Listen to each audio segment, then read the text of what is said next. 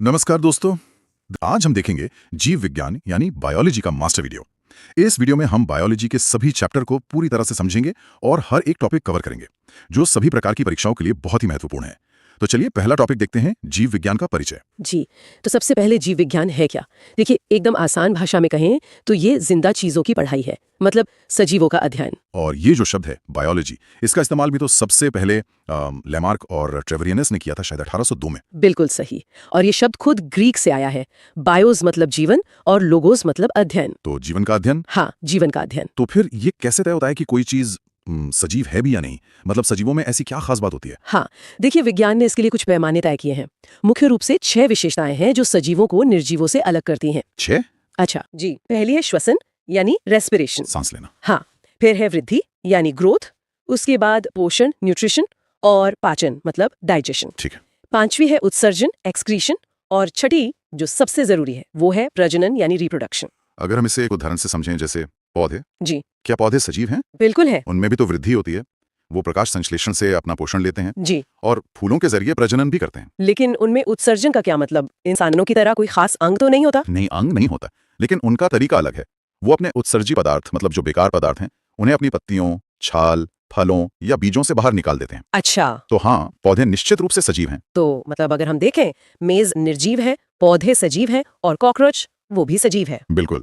अब इतने सारे सजीव हैं तो इनको समझने के लिए विज्ञान ने इन्हें अलग अलग शाखाओं में बांटा होगा, है ना? हाँ, मोटे तौर पर बायोलॉजी की 2 सबसे बड़ी शाखाएं हैं। कौन कौन सी? एक है जंतु विज्ञान जूलॉजी, जिसमें हम सारे जीव जंतु और इंसानों के बारे में पढ़ते हैं। और दूसरी? दूसरी है वनस्पति विज्ञान यानी बॉटनी, जिसमें सभी पेड़ पौधों का अध्ययन होता है। और परीक्षाओं में तो अक्सर इनके जनक, मतलब फाउंडर्स के बारे में बहुत पूछा जाता है। जी, ये बहुत महत्वपूर्ण है। जंतु विज्ञान के जनक हैं अरस्तु, एरिस्टोटल। अरस्तु। और वनस्पति विज्ञान के जनक हैं थियोफ्रेस्टस। थियोफ्रेस्टस। अच्छा, और इन्हें जनक क्यों कहा जाता है? मतलब इन्होंने ऐसा क्या खास किया था? देखिए, अरस्तु ने एक किताब लिखी थी, हिस्टोरिया एनिमलियम।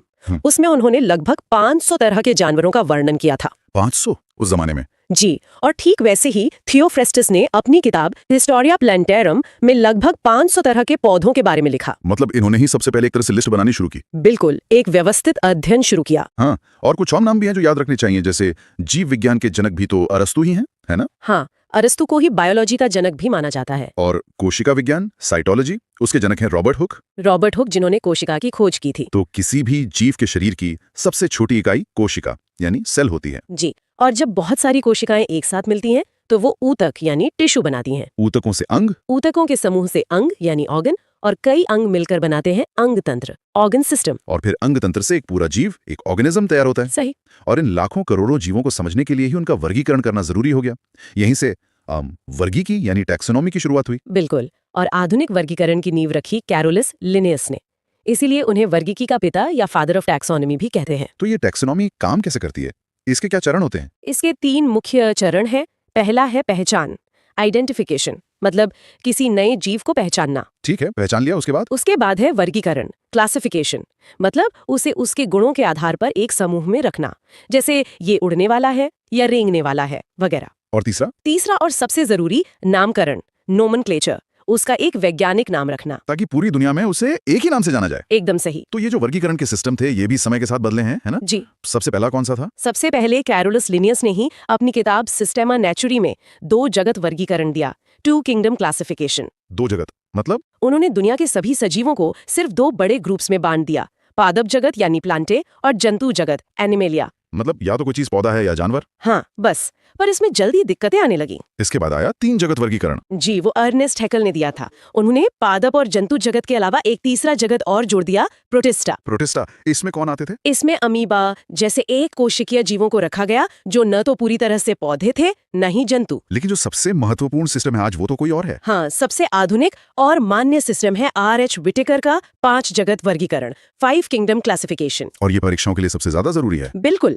तो ये 5 जगत कौन कौन से हैं? ये है मुनेरा, प्रोटिस्टा, कवक, पादप और जंतु। चलिए, तो इन 5 जगत को एक एक करके थोड़ा थोड़ा समझ लेते हैं। सबसे पहले मुनेरा। इस जगत में सभी प्रोकैरियोटिक जीव आते हैं। प्रोकैरियोटिक, इसका क्या मतलब हुआ? प्रोकैरियोटिक कोशिका वो होती है जिसमें केंद्रक के चारों ओर केंद्रक झिल्ली मतलब न्यूक्लियर मेम्ब्रेन नहीं होती, सब कुछ खुला खुला होता है। अच्छा, इसके उदाहरण? इसके सबसे अच्छे उदाहरण हैं जीवाणु यानी बैक्टीरिया और साइनोबैक्टीरिया। ठीक है, और दूसरा जगत प्रोटिस्टा? इस जगत के जीव यूकैरियोटिक होते हैं, लेकिन ज्यादातर एक कोशिकीय और जलीय होते हैं। यूकैरियोटिक मतलब जिनमें असली केंद्रक होता है। जी, जिनमें केंद्रक झिल्ली होती है। इसका सबसे अच्छा उदाहरण है अमीबा। हाँ, और इसमें एक बहुत खास जीव भी है, यूग्लिना। उसे तो पादप और जंतु के बीच की कड़ी कहते हैं। बिल्कुल, क्योंकि वो दोनों की तरह व्यवहार करता है। मतलब? जब रोशनी होती है तो वो पौधों की तरह प्रकाश संश्लेषण करता है, और जब अंधेरा होता है तो वो जानवरों की तरह शिकार करता है। अरे वाह, ये तो बहुत दिलचस्प है। है ना? हाँ। अच्छा, तीसरा जगत है कवक, फंगाई। हाँ, जैसे मशरूम या ईस्ट। हाँ, ये विषमपोषी होते हैं, मतलब अपना भोजन खुद नहीं बनाते। ये तो सड़ी गली चीजों पर उगते हैं। जी, इसीलिए इन्हें मृत जीवी भी कहते हैं। ये मरे हुए कार्बनिक पदार्थों से अपना पोषण लेते हैं। ठीक है, चौथा जगत पादप जगत, प्लांटे। ये तो सीधा है। इसमें सभी तरह के पेड़ पौधे आते हैं जो प्रकाश संश्लेषण करते हैं। ये हमारे इकोसिस्टम के उत्पादक यानी प्रोड्यूसर्स हैं। और आखिरी पांचवा जगत जंतु जगत, एनिमेलिया। जी, इसमें सभी बहुकोशिकीय यूकेरियोटिक जीव जंतु आते हैं, जैसे हाइड्रा, जेलीफिश से लेकर सरीसृप यानी रेप्टाइल्स, पक्षी और स्तनधारी जीव। और इंसान भी इसी में शामिल है। हाँ, हम सब जंतु जगत का ही हिस्सा हैं। तो चलिए अब अगला अध्याय देखते हैं, जानवरों और पौधों के वैज्ञानिक नाम। मेरा मतलब सबसे पहला और बुनियादी सवाल तो यही है कि इन मुश्किल से लगने वाले नामों की जरूरत ही क्यों पड़ी? ये सवाल बहुत अच्छा है, क्योंकि यहीं से मतलब सारी कहानी शुरू होती है। आप सोचिए, हम जिसे भारत में शेर कहते हैं, स्पेन में उसे लियोन कहते हैं। जानवर एक ही है पर नाम अलग अलग।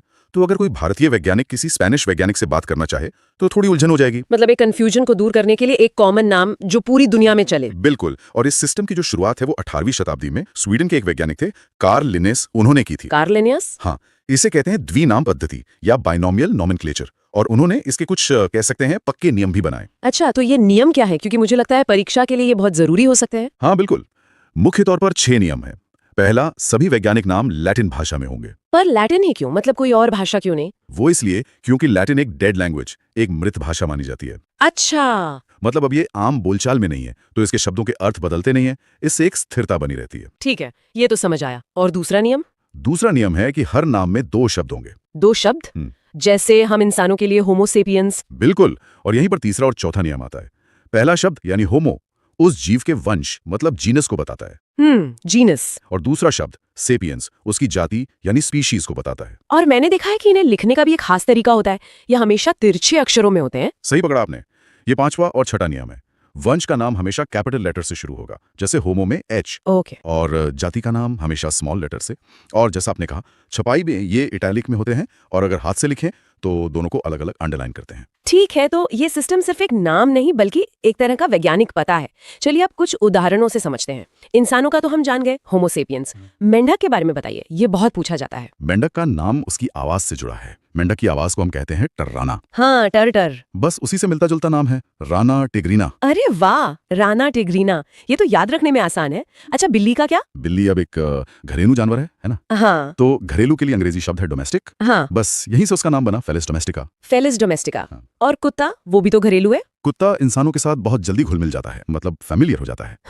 इसी से उसका नाम बना कैनिस फैमिलियरिस। ये तो बड़ा दिलचस्प है। मतलब ये नाम रटने के लिए नहीं है, इनके पीछे एक तर्क भी है। बिल्कुल। चलिए अब भारत के राष्ट्रीय पक्षी मोर की बात करते हैं। मोर का नाम है पावो क्रिस्टेटस। अब इसे याद रखने की एक मजेदार कहानी है। बताइए। कहते हैं कि मोर अपने पाँवों को देखकर रोता है, मतलब क्राई करता है। तो पाओ और क्राई से बना पावो क्रिस्टेटस। ये कहानी तो अब हमेशा याद रहेगी। ये बस याद रखने के लिए है। सही है। अच्छा, गाय और भैंस। भारत में गाय को एक तरह से बॉस का दर्जा देते हैं ना? हाँ, कह सकते हैं। तो बस इसी से याद रखिए, बॉस इंडिकस। और भैंस यानी बफलो का नाम उससे मिलता जुलता है, बुबालस बुबालिस। Bos indicus. अच्छा, इंडिकस का मतलब इंडिया से है क्या? बिल्कुल, ये शब्द अक्सर उन प्रजातियों के लिए इस्तेमाल होता है जो भारतीय उप महाद्वीप में पाई जाती हैं। अच्छा, अब जंगल की तरफ चलते हैं। शेर और बाघ। शेर यानी लायन का नाम है पैंथेरा लियो। लियो को अब लायन से जोड़ सकती हैं। पैंथेरा लियो, ठीक है। और बाघ? बाघ यानी टाइगर का नाम है पैंथेरा टाइग्रिस। टाइग्रिस को टाइगर से? एक मिनट, दोनों के नाम में पैंथेरा कॉमन है, इसका क्या मतलब हुआ? आपने बिल्कुल सही पॉइंट पकड़ा। यही इस सिस्टम की खूबसूरती है। एक ही वंश यानी पैंथेरा में होने का मतलब है कि शेर, बाघ, ये सब जेनेटिक रूप से एक दूसरे के बहुत करीब हैं। मतलब ये एक ही परिवार के सदस्य जैसे हैं? बिल्कुल, ये एक तरह का फैमिली ट्री है। ये तो बहुत ही गहरा है। अच्छा, हाथी और ऊंट का नाम भी बता दीजिए। हाथी एलिफेंट का नाम तो सीधा है, एलिफस मैक्सिमस। Elephas maximus. और ऊंट यानी कैमल का नाम भी मिलता जुलता है, कैमलस डोमिडेरियस। ठीक है। घोड़ा, इसका नाम भी जरूरी है। घोड़े का नाम है इक्वस कैबेलस। इसे याद रखने के लिए आप सोच सकती हैं कि पुराने जमाने में कैब क्या होती थी? घोड़ा गाड़ी। बस, तो कैब से बना, कैबलिस। ये तो बहुत ही अच्छा तरीका है। और वो घरेलू मक्खी जो बहुत परेशान करती है। मक्खी अक्सर मक्खन पर बैठती है, मक्खन यानी मस्का। हाँ, और क्योंकि वो घरेलू है तो नाम हुआ मस्का डोमेस्टिका। मस्का डोमेस्टिका। ठीक है, अब पौधों की बात करते हैं। भारत का राष्ट्रीय फूल कमल, कमल का वैज्ञानिक नाम है नीलंबो न्यूसिफेरा। नीलंबो न्यूसिफेरा। और आम, ये तो बहुत ही आम सवाल है। आम यानी मैंगो का नाम बहुत सरल है, मैंगीफेरा इंडिका। अच्छा, इसमें भी इंडिका आया। हाँ, क्योंकि भारतीय मूल का है। समझ गई। आलू का नाम अक्सर पूछा जाता है। आलू का नाम है सोलानम ट्यूबरोसम। इसकी भी एक मजेदार कहानी है। हाँ। कहते हैं कि आलू को हर सब्जी के साथ मिला दिया जाता है तो उसे दुख हुआ कि उसकी अपनी कोई पहचान नहीं, तो उसकी आंखें नम हो गईं और वो रो रहा है। सोलेनम ट्यूबेरोसम, मतलब वैज्ञानिकों में भी सेंस ऑफ ह्यूमर है। बिल्कुल। अच्छा, हमारे भोजन का आधार यानी धान या चावल। चावल को अंग्रेजी में राइस कहते हैं। इसका नाम है ओराइजा सेटाइवा। राइस और ओराइजा मिलते जुलते हैं। हाँ, सुनने में एक जैसे हैं। और मटर? मटर यानी पी का नाम भी मिलता जुलता है, पिसम सैटिवम। पिसम सैटिवम। ठीक है। नींबू का? नींबू यानी लेमन का नाम है सिट्रस लेमन। ये तो काफी सीधा है। हाँ, सिट्रस फ्रूट से। हाँ। और अनार पोमोग्रेनेट। अनार में छोटे छोटे दाने होते हैं जिन्हें ग्रेन्स कह सकते हैं, तो उसका नाम है प्यूनिका ग्रेनेटम। ग्रेनेटम पोमोग्रेनेट से। हाँ। ठीक है। अब भारत के राष्ट्रीय वृक्ष बरगद के पेड़ का क्या नाम है? बरगद का नाम है फाइकस बेंगालेंसिस। बेंगालेंसिस, मतलब बंगाल से जुड़ा हुआ। एकदम सही। ये नाम दिखाता है कि ये पेड़ बंगाल क्षेत्र में बहुत पाया जाता है। बहुत बढ़िया। और गेहूं? गेहूं का नाम है ट्रिटिकम एस्टिवम। Triticum aestivum. ठीक है। और अंत में एक पौधा जो लगभग हर भारतीय घर में होता है, तुलसी। तुलसी की मौजूदगी से घर का आंगन मतलब शानदार लगता है। शानदार के लिए अंग्रेजी का शब्द है ऑसम। ऑसम। उसी से मिलता जुलता याद रख सकते हैं, ओसिमम सैंक्टम। यहाँ सैंक्टम शब्द का मतलब ही पवित्र होता है, जो तुलसी के दर्जे को बिल्कुल सही बताता है। ठीक है, अब अगला चैप्टर देखते हैं। चैप्टर का नाम है कोशिका। तो कोशिका मतलब ये है क्या? असल में ये सभी जीवधारियों की आधारभूत संरचनात्मक और क्रियात्मक इकाई है। हमारा पूरा शरीर ऐसी ही अनगिनत कोशिकाओं से मिलकर बना है। बिल्कुल। और कोशिका के अध्ययन को साइटोलॉजी कहा जाता है। साइटोलॉजी। हाँ, ये एक बहुत ही महत्वपूर्ण तथ्य है। तो कहानी शुरू कहाँ से होती है? मतलब सबसे पहले किसने खोजा इसे? सबसे पहली खोज हुई 1665 में रॉबर्ट हुक ने की थी, लेकिन उन्होंने एक मृत कोशिका, एक डेड सेल को खोजा था। अच्छा, एक मृत कोशिका, इसीलिए उन्हें फादर ऑफ साइटोलॉजी भी कहते हैं ना? एकदम सही। लेकिन यहाँ एक और दिलचस्प बात है। क्या? पहली जीवित कोशिका मतलब लिविंग सेल, उसकी खोज 1674 में ल्यूवेनहॉक ने की थी। ओह अच्छा, तो दोनों नाम याद रखने जरूरी हैं। मृत कोशिका के लिए रॉबर्ट हुक और जीवित के लिए ल्यूवेनहॉक। जी। इसके बाद ही फिर कोशिका सिद्धांत आया होगा, जिसे श्लाइडन और श्वान ने दिया था। हाँ बिल्कुल। इस सिद्धांत के कुछ मुख्य बिंदु हैं। पहला तो ये कि हर जीव की उत्पत्ति एक कोशिका से होती है। सिर्फ एक कोशिका से? हाँ। और दूसरा, हर जीव का शरीर या तो एक कोशिका का बना है या फिर कई कोशिकाओं का। और तीसरा पॉइंट शायद केंद्रक से जुड़ा है। सही पकड़ा। कोशिका की उत्पत्ति प्रक्रिया में केंद्रक यानी न्यूक्लियस मुख्य भूमिका निभाता है। वही पूरे सेल को कंट्रोल करता है। ठीक है, अब कुछ सबसे महत्वपूर्ण तथ्यों पर आते हैं, जैसे दुनिया की सबसे छोटी कोशिका, वो है माइकोप्लाज्मा। माइकोप्लाज्मा जी। और सबसे बड़ी कोशिका? शुतुरमुर्ग का अंडा। ये तो काफी आम जानकारी है। जी। अब मानव शरीर की बात करते हैं। मानव शरीर की सबसे छोटी कोशिका कौन सी है? वो है शुक्राणु यानी स्पर्म, जो पुरुषों में पाया जाता है। और सबसे बड़ी कोशिका है अंडाणु यानी ओवम, जो महिलाओं में पाया जाता है। यहाँ एक और बात पर ध्यान देना होगा। जी। सबसे लंबी कोशिका, क्योंकि बड़ी और लंबी में अंतर है। बिल्कुल। सबसे लंबी कोशिका है तांत्रिक कोशिका, जिसे हम न्यूरॉन भी कहते हैं। न्यूरॉन। हाँ, तो बड़ी और लंबी का ये अंतर याद रखना बहुत जरूरी है। चलिए अब कोशिका के अंदर चलते हैं, इसकी संरचना को देखते हैं। सबसे बाहरी परत से शुरू करते हैं। ठीक है, तो सबसे बाहर होती है कोशिका झिल्ली मतलब सेल मेम्ब्रेन।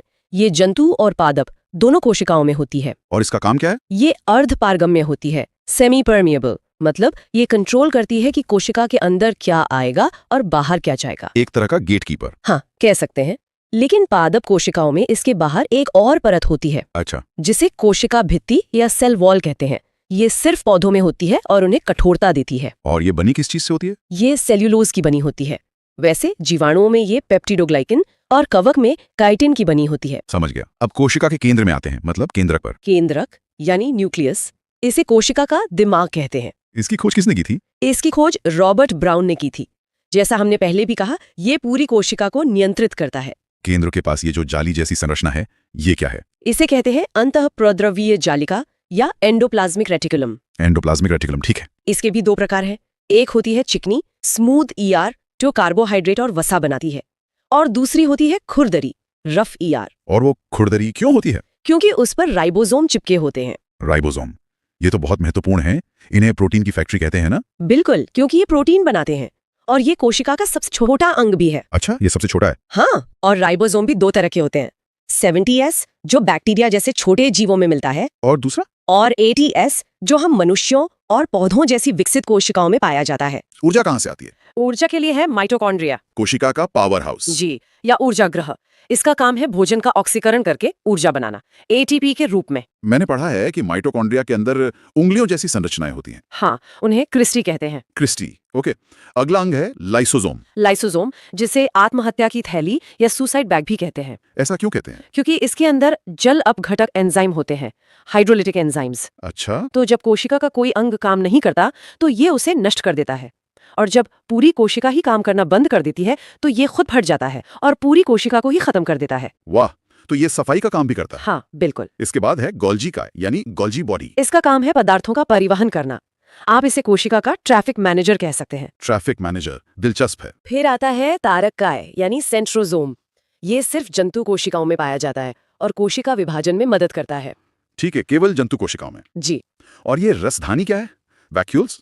इनका काम है जल और दूसरे तरल पदार्थों को जमा करना। पादप कोशिकाओं में ये बहुत बड़ी होती हैं और जंतु कोशिकाओं में काफी छोटी। अच्छा, और अब आखिरी? लवक, यानी प्लास्टिड्स। हाँ, लवक। ये भी केवल पादप कोशिकाओं में पाए जाते हैं और ये 3 प्रकार के होते हैं। कौन कौन से? पहला है हरित लवक, जिसे क्लोरोप्लास्ट कहते हैं। ये तो प्रकाश संश्लेषण वाला है। बिल्कुल, ये भोजन बनाता है। इसे पादप कोशिका की रसोई भी कहते हैं। रसोई, ठीक है।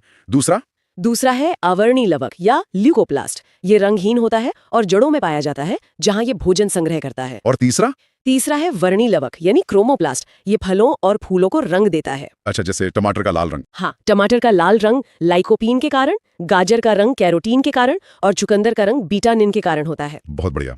तो आप जल्दी से जंतु और पादप कोशिका में मुख्य अंतर देख लेते हैं। ठीक है। जंतु कोशिका आमतौर पर गोलाकार होती है, जबकि पादप कोशिका चौकोर होती है। और जंतु कोशिका में सीलिया और फ्लैजेला होते हैं, जो गति में मदद करते हैं। सही है। और पादप कोशिका में, जैसा हमने देखा, कोशिका भित्ति, लवक और एक बहुत बड़ी रसधानी होती है, जो जंतु कोशिका में नहीं होती। ठीक है। कोशिकाओं को एक और आधार पर भी बांटा गया है, प्रोकैरियोटिक और यूकैरियोटिक। प्रोकैरियोटिक और यूकैरियोटिक, इनमें क्या फर्क है? प्रोकैरियोटिक कोशिकाएं मतलब अर्धविकसित होती हैं। इनमें केंद्रक ठीक से विकसित नहीं होता और 70S राइबोसोम होते हैं। जैसे कि बैक्टीरिया? बिल्कुल। और यूकैरियोटिक कोशिकाएं पूरी तरह से विकसित होती हैं। मतलब इनमें विकसित केंद्रक होता है? हाँ, विकसित केंद्रक होता है और 80S राइबोसोम पाए जाते हैं, जैसे पौधे और जानवर। समझ गया। मतलब प्रोकैरियोटिक अविकसित हैं और यूकैरियोटिक पूरी तरह से विकसित। एकदम सही। कोशिका विभाजन, कभी सोचा है कि एक छोटा सा काट या कोई घाव वो कुछ दिनों में कैसे ठीक हो जाता है और त्वचा एकदम पहले जैसी हो जाती है? या ये कि हम एक छोटे से बच्चे से एक पूरे वयस्क के रूप में कैसे विकसित होते हैं? इन सब सवालों का जवाब दरअसल एक ही प्रक्रिया में छिपा है, कोशिका विभाजन। आज हम इसी अद्भुत प्रक्रिया को समझने जा रहे हैं। बिल्कुल। और इसकी नींव एक बहुत ही महत्वपूर्ण विचार पर रखी गई है। 1855 में विर्चो ने कहा था, ओमनिस सेलुला ए सेलुला। जिसका मतलब है? इसका मतलब है कि हर नई कोशिका पहले से मौजूद कोशिका से ही बनती है। बस यहीं से हमारी आज की सारी चर्चा शुरू होती है। ठीक है, तो शुरू करने से पहले हम अक्सर ये मदर सेल और डॉटर सेल जैसे शब्द सुनते हैं, इनका क्या मतलब है? अरे बहुत सरल है। देखिए, जो मूल कोशिका विभाजित होती है उसे मातृक कोशिका या मदर सेल कहते हैं। अच्छा। और विभाजन के बाद जो नई कोशिकाएं बनती हैं उन्हें पुत्री कोशिका या डॉटर सेल कहा जाता है। समझ गया। तो चलिए सबसे सरल प्रकार के विभाजन से शुरू करते हैं, असूत्री विभाजन, एमाइटोसिस। हाँ, असूत्री विभाजन सबसे, कह सकते हैं कि सबसे सीधा तरीका है। ये ज्यादातर अविकसित कोशिकाओं में होता है, मतलब प्रोकैरियोटिक जीवों में। जैसे बैक्टीरिया? हाँ, जैसे बैक्टीरिया, अमीबा और नीलहरित शैवाल। इसमें कोई जटिल चरण नहीं होते हैं। बस कोशिका का केंद्रक थोड़ा लंबा होता है, खिंचता है और फिर कोशिका सीधे 2 भागों में बंट जाती है। बस। मतलब कोई तैयारी नहीं, कोई नियम नहीं, बस सीधा बंटवारा? बिल्कुल। खैर, यहाँ से बात वाकई दिलचस्प हो जाती है। अब बात करते हैं समसूत्री विभाजन की, माइटोसिस, वो प्रक्रिया जो हमारे घावों को भरती है और हमें बढ़ने में मदद करती है। हाँ बिल्कुल। इस प्रक्रिया को सबसे पहले वॉल्थर फ्लेमिंग ने जंतु कोशिकाओं में देखा था, और ये हमारी कायिक कोशिकाओं मतलब सोमैटिक सेल्स में होता है। कायिक कोशिकाएं यानी वो सारी कोशिकाएं जिनसे हमारा पूरा शरीर बना है, त्वचा, हड्डी, मांसपेशियां, सब कुछ। इसका मुख्य काम है शरीर की वृद्धि करना और जो भी टूट फूट होती है उसकी मरम्मत करना। इसके नाम में ही समसूत्री है, जिसका मतलब है समान गुणसूत्र। इसका क्या मतलब हुआ? इसका मतलब है कि विभाजन के बाद जो 2 पुत्री कोशिकाएं बनेगी उनमें गुणसूत्रों की संख्या ठीक उतनी ही होगी जितनी मातृ कोशिका में थी। अच्छा। जैसे मनुष्य की कायिक कोशिकाओं में 46 गुणसूत्र होते हैं, तो जब एक कोशिका विभाजित होगी तो उससे बनने वाली दोनों नई कोशिकाओं में भी 46 गुणसूत्र ही होंगे। ओह, और शायद इसीलिए जब त्वचा पर चोट लगती है तो नई त्वचा ही बनती है, कोई दूसरा अंग नहीं बन जाता। एकदम सही पकड़ा, कॉपी एकदम परफेक्ट होती है। ठीक है, तो इस प्रक्रिया को समझते हैं, ये होती कैसे? देखिए, ये प्रक्रिया मुख्य रूप से 2 अवस्थाओं में पूरी होती है। 2 अवस्थाएं? हाँ, पहली है अंतरावस्था यानी इंटरफेस। ये तैयारी की अवस्था है। और आपको जानकर हैरानी होगी कि कोशिका विभाजन के कुल समय का लगभग 95% इसी में लगता है। 95% बस तैयारी में? हाँ, कोशिका इस दौरान विभाजन के लिए खुद को पूरी तरह से तैयार करती है। और दूसरी अवस्था है सूत्री अवस्था, यानी माइटोसिस फेज। ये असली विभाजन की अवस्था है। ये भी 2 चरणों में होती है। पहले केंद्रक का विभाजन, जिसे कैरियोकाइनेसिस कहते हैं, और फिर कोशिका द्रव्य का विभाजन, जिसे साइटोकाइनेसिस कहते हैं। ठीक है, तो पहले केंद्र का विभाजन। इसकी क्या चरण है? ये तो काफी जटिल लगता है। नहीं, अगर हम इसे कहानी की तरह देखें तो आसान है। इसके 4 मुख्य चरण हैं। पहला है प्रोफेस या पूर्वावस्था। इसमें गुणसूत्र झुंड में दिखाई देने लगते हैं और तारककाय यानी सेंट्रोसोम कोशिका के विपरीत ध्रुवों की ओर जाने लगते हैं। ठीक है, वो सिरों पर चले गए। हाँ, अब आता है दूसरा चरण, मेटाफेज, मध्यावस्था। इसमें सारे गुणसूत्र कोशिका के बिल्कुल बीच में आकर एक सीधी लाइन में खड़े हो जाते हैं। एक लाइन में? वाह। हाँ, और गुणसूत्रों का अध्ययन करने के लिए ये सबसे अच्छी अवस्था मानी जाती है। इसी समय तारककाय से स्पिंडल फाइबर मतलब तर्कुतंतु निकलते हैं। ठीक है, गुणसूत्र बीच में है और स्पिंडल फाइबर निकल रहे हैं। अब आता है एनाफेज, पश्चावस्था। ये सबसे छोटी अवस्था है। इसमें स्पिंडल फाइबर गुणसूत्रों को अपनी अपनी ओर मतलब ध्रुवों की ओर खींचते हैं। एक तरह की रस्साकशी। बिल्कुल। और फिर आता है चौथा और आखिरी चरण, टीलोफेज, अंत्यावस्था। गुणसूत्र ध्रुवों पर पहुंच जाते हैं और उनके चारों ओर एक नई केंद्रक झिल्ली बन जाती है। तो इस तरह एक ही कोशिका के अंदर 2 केंद्रक बन जाते हैं। ये तो अजीब है। अब आगे क्या? हाँ, तो अब होता है साइटोकाइनेसिस, जिसमें कोशिका द्रव्य विभाजित होता है और एक कोशिका से 2 अलग-अलग एकदम समान पुत्री कोशिकाएं बन जाती हैं। कमाल है। तो ये सब प्रजनन के लिए क्या मायने रखता है? मुझे लगता है यहीं पर हमारा तीसरा प्रकार, अर्धसूत्री विभाजन आता है। बिल्कुल, मियोसिस। ये विभाजन केवल जनन कोशिकाओं मतलब जर्म सेल्स में होता है, पुरुषों में शुक्राणु और महिलाओं में अंडाणु बनाने के लिए। और इसके नाम अर्धसूत्री का मतलब है आधे गुणसूत्र। हाँ, पर आधे क्यों? ये क्यों जरूरी है? क्योंकि इसमें एकमात्र कोशिका जिसमें 40 गुणसूत्र हैं, उससे 4 पुत्री कोशिकाएं बनती हैं और हर पुत्री कोशिका में गुणसूत्रों की संख्या आधी यानी सिर्फ 23 होती है। अच्छा। ये इसलिए जरूरी है क्योंकि निषेचन के समय जब 23 गुणसूत्रों वाला शुक्राणु 23 गुणसूत्रों वाले अंडाणु से मिलता है, तब जाकर एक 46 गुणसूत्रों वाली नई कोशिका बनती है। समझ गया। अगर ऐसा ना हो तो हर पीढ़ी में गुणसूत्र दुगने होते जाएंगे। बिल्कुल, जो कि असंभव है। इस प्रक्रिया में मैंने क्रॉसिंग ओवर का भी जिक्र सुना है। ये क्या है? क्रॉसिंग ओवर अर्धसूत्री विभाजन की सबसे महत्वपूर्ण घटनाओं में से एक है। ये प्रोफेज 1 चरण में होता है। प्रोफेज 1। हाँ, इसकी भी अपनी उपअवस्थाएं हैं, लेकिन जो मुख्य बात है वो ये कि इस प्रक्रिया में माता और पिता से मिले गुणसूत्रों के जोड़े आपस में अपने आनुवंशिक पदार्थ मतलब जेनेटिक मटेरियल का आदान प्रदान करते हैं। अच्छा, अदला बदली करते हैं। हाँ, और इसी वजह से संतानों में आनुवंशिक विविधता, जेनेटिक वेरिएशन आती है और इसीलिए बच्चे अपने माता पिता की हूबहू कॉपी नहीं होते। वाह, तो यही वो वजह है। जी। प्रोफेज 1 की एक उपअवस्था है पैकेटीन, क्रॉसिंग ओवर उसी में होता है। और एक और है जाइगोटीन, जिसमें गुणसूत्र जोड़े बनाते हैं, उसे सिनेप्सिस कहते हैं। ठीक है, तो अगर हम दोनों प्रक्रियाओं को साथ में देखें तो इनके बीच मुख्य अंतर क्या है? समसूत्री और अर्धसूत्री। इसे संक्षेप में समझते हैं। पहला है स्थान। समसूत्री विभाजन शरीर की कोशिकाओं में होता है, जबकि अर्धसूत्री विभाजन सिर्फ जनन कोशिकाओं में। ठीक है। एक शरीर में, दूसरा जनन में। दूसरा परिणाम। समसूत्री में एक कोशिका से 2 समान कोशिकाएं बनती हैं, अर्धसूत्री में 1 से 4 और वो भी अलग अलग कोशिकाएं बनती हैं। 2 बनाम 4 और समान बनाम अलग। समझ गया। तीसरा, गुणसूत्र संख्या। समसूत्री में संख्या समान रहती है 46 से 46, अर्धसूत्री में यह आधी हो जाती है 46 से 23। ये तो सबसे बड़ा अंतर है। हाँ। चौथा है उद्देश्य। समसूत्री का उद्देश्य है वृद्धि और मरम्मत, जबकि अर्धसूत्री का उद्देश्य है लैंगिक प्रजनन। मेंटेनेंस बनाम क्रिएशन। बिल्कुल। और पांचवा और सबसे जरूरी अंतर है विविधता का। समसूत्री में कोई आनुवंशिक विविधता नहीं आती, जबकि अर्धसूत्री क्रॉसिंग ओवर के कारण विविधता पैदा करता है। तो चलिए अब अगला चैप्टर देखते हैं, जंतु ऊतक। ठीक है, तो सबसे पहले ये समझना होगा कि ऊतक या टिश्यू असल में है क्या। हम हमेशा कोशिका यानी सेल के बारे में सुनते हैं, लेकिन ऊतक कहाँ फिट होता है? हाँ, ये एक बहुत अच्छा सवाल है। देखिए, ऊतक मतलब सिर्फ कोशिकाओं का एक ढेर नहीं है। इसे ऐसे समझिए कि ये एक विशेषज्ञ टीम है। विशेषज्ञ टीम। हाँ, सबसे छोटी इकाई तो कोशिका ही है, लेकिन जब कई एक जैसी कोशिकाएं एक खास काम करने के लिए एक साथ आती हैं, तो वो ऊतक बनाती हैं। अच्छा, तो ये एक तरह का स्पेशलाइजेशन है। हाँ। मतलब कोशिका से ऊतक, ऊतक से अंग, जैसे हमारा पेट या दिल। बिल्कुल। और ऊतकों के समूह से अंग बनता है, फिर अंग तंत्र और उससे पूरा शरीर। और ऊतक के इसी अध्ययन को हिस्टोलॉजी कहते हैं। हिस्टोलॉजी। और ये शब्द टिश्यू, ये सबसे पहले किसने इस्तेमाल किया था? टिश्यू शब्द का प्रयोग सबसे पहले एक फ्रांसीसी वैज्ञानिक थे, बिशॉक, उन्होंने किया था।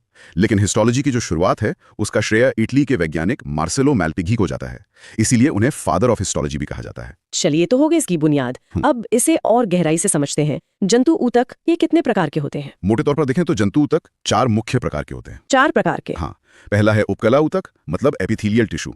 ये शरीर की बाहरी और भीतरी परत बनाता है। ठीक है। दूसरा है पेशी ऊतक, यानी मस्कुलर टिश्यू, जिससे मांसपेशियां बनती हैं और गति होती है। तीसरा है तंत्रिका ऊतक, नर्वस टिश्यू। ये संवेदनाओं को एक जगह से दूसरी जगह भेजता है। और चौथा? और चौथा है संयोजी ऊतक या कनेक्टिव टिश्यू। इसका काम है शरीर के अलग अलग अंगों को, आप कह सकती हैं, जोड़ने का। अच्छा, तो एक एक करके इन्हें समझते हैं। सबसे पहले उपकला ऊतक, आपने कहा ये परत बनाता है। हाँ। तो इसका मुख्य काम क्या हुआ? सुरक्षा देना? बिल्कुल, इसका मुख्य काम है शरीर की खुली सतहों को सुरक्षा देना। हमारी जो त्वचा है वो इसी ऊतक से बनी है। ओह, तो हमारी स्किन? हाँ, यह हमें चोटों से बचाता है, शरीर को एक तरह से सुंदरता देता है और ठंड से भी बचाता है। और जब इस ऊतक में कमी होने लगती है तो झुर्रियां पड़ने लगती हैं। दिलचस्प है। तो क्या ये हर जगह एक जैसा होता है, मतलब त्वचा पर और शरीर के अंदर भी? नहीं, यहीं पर इसका वर्गीकरण आता है। कोशिकाओं के आकार के आधार पर इसके भी 4 मुख्य प्रकार हैं। अच्छा। पहला है सरल शल्की उपकला। इसकी कोशिकाएं चपटी होती हैं। यह हमारी त्वचा की बाहरी सतह, रक्त नलिकाओं और जो फेफड़ों के वायुकोश हैं वहां पाया जाता है। चपटा, ताकि चीजें आसानी से आर पार जा सकें। बिल्कुल सही, गैसों का आदान प्रदान आसान हो जाता है। फिर आता है स्तरित उपकला। इसमें कोशिकाओं की कई परतें होती हैं। ये त्वचा को कटने फटने से बचाती है। एक मोटी दीवार की तरह। हाँ, कह सकते हैं। तीसरा है घनाकार उपकला। इसकी कोशिकाएं, जैसा नाम से ही पता चल रहा है, घन के आकार की होती हैं। और इसका काम? इसका मुख्य काम है स्राव और अवशोषण, जैसे हमारी लार ग्रंथियों में या गुर्दे की नलिकाओं में। ठीक है। और चौथा? चौथा है स्तंभाकार उपकला। इसकी कोशिकाएं लंबी और पतली होती हैं, स्तंभ जैसी। ये हमारे आंतों की अंदरूनी परत में पाया जाता है, जहां उंगली जैसी संरचनाएं होती हैं। तो ये हो गया उपकला ऊतक। अब आते हैं पेशी ऊतक पर। जैसा कि नाम से ही पता चल रहा है, इसका संबंध तो मांसपेशियों से ही होगा। एकदम सही। ये ऊतक लंबी और पतली कोशिकाओं से बना होता है, जो हमारे शरीर की मांसपेशियां बनाती हैं। इनमें एक खास तरह का प्रोटीन होता है। प्रोटीन? हाँ, संकुचनशील प्रोटीन या कॉन्ट्रैक्टाइल प्रोटीन। इसी के कारण हम अपनी मांसपेशियों को सिकोड़ और फैला सकते हैं, जिससे गति होती है। तो क्या हम अपनी सभी मांसपेशियों को अपनी मर्जी से हिला सकते हैं? मेरा मतलब, जैसे हम हाथ हिलाते हैं, क्या पेट की मांसपेशियों को भी वैसे ही कंट्रोल कर सकते हैं? नहीं, और इसी आधार पर पेशी ऊतक 3 तरह के होते हैं। 3 तरह के? हाँ, पहली है रेखीय या स्वैच्छिक पेशी। ये वो हैं जो हड्डियों से जुड़ी होती हैं और जिन पर हमारा नियंत्रण होता है, जैसे हाथ, पैर और गर्दन की मांसपेशियां। ठीक है, वॉलंटरी मसल्स। और दूसरी हैं अरेखीय या अस्वैच्छिक पेशी। इन पर हमारा कोई नियंत्रण नहीं होता। ये शरीर के भीतरी अंगों में होती हैं, जैसे आहार नली और आमाशय। वहां भोजन अपने आप पचता है, हमें सोचना नहीं पड़ता। और एक दिल भी तो है, वो भी तो एक पेशी है, पर वो हमारी मर्जी से नहीं धड़कता। तो वो क्या अस्वैच्छिक है? हाँ, लेकिन वो एक तीसरी बहुत खास कैटेगरी में आता है, हृदय पेशी या कार्डियक मसल। यह सिर्फ और सिर्फ हृदय में पाई जाती है, और ये भी अस्वैच्छिक ही होती है। मतलब हमारा दिल हमारी मर्जी से नहीं धड़कता। ये तो बहुत जरूरी है। अच्छा, तो अगला है तंत्रिका ऊतक। ये तो शरीर के कम्युनिकेशन सिस्टम जैसा लगता है। बिल्कुल सही कहा आपने। ये हमारे शरीर का, कह सकते हैं, वायरिंग सिस्टम है। ये ऊतक मस्तिष्क, रीढ़ की हड्डी और तंत्रिकाओं में पाया जाता है। और इसका काम? इसका काम है संवेदनाओं को, जैसे दर्द या स्पर्श, को शरीर के एक हिस्से से दूसरे हिस्से तक बहुत तेजी से पहुंचाना। और इसकी जो कोशिका होती है उसे न्यूरॉन कहते हैं। वही इसकी मुख्य इकाई है। न्यूरॉन, समझ गई। और अब आते हैं आखिरी वाले पर, संयोजी ऊतक, कनेक्टिव टिश्यू। इसका काम क्या है? इसका काम, जैसा नाम से पता चल रहा है, शरीर के विभिन्न अंगों को एक दूसरे से जोड़ना है। ये एक तरह का, आप कह सकती हैं, गोंद है जो शरीर को एक साथ रखता है। गोंद? इसके कुछ उदाहरण देंगे। क्या हड्डियां भी इसी में आती हैं? हाँ, हड्डियां इसका सबसे अच्छा और सबसे ठोस उदाहरण है। अच्छा। इसके अलावा और भी कई उदाहरण हैं, जैसे अस्थि यानी बोन।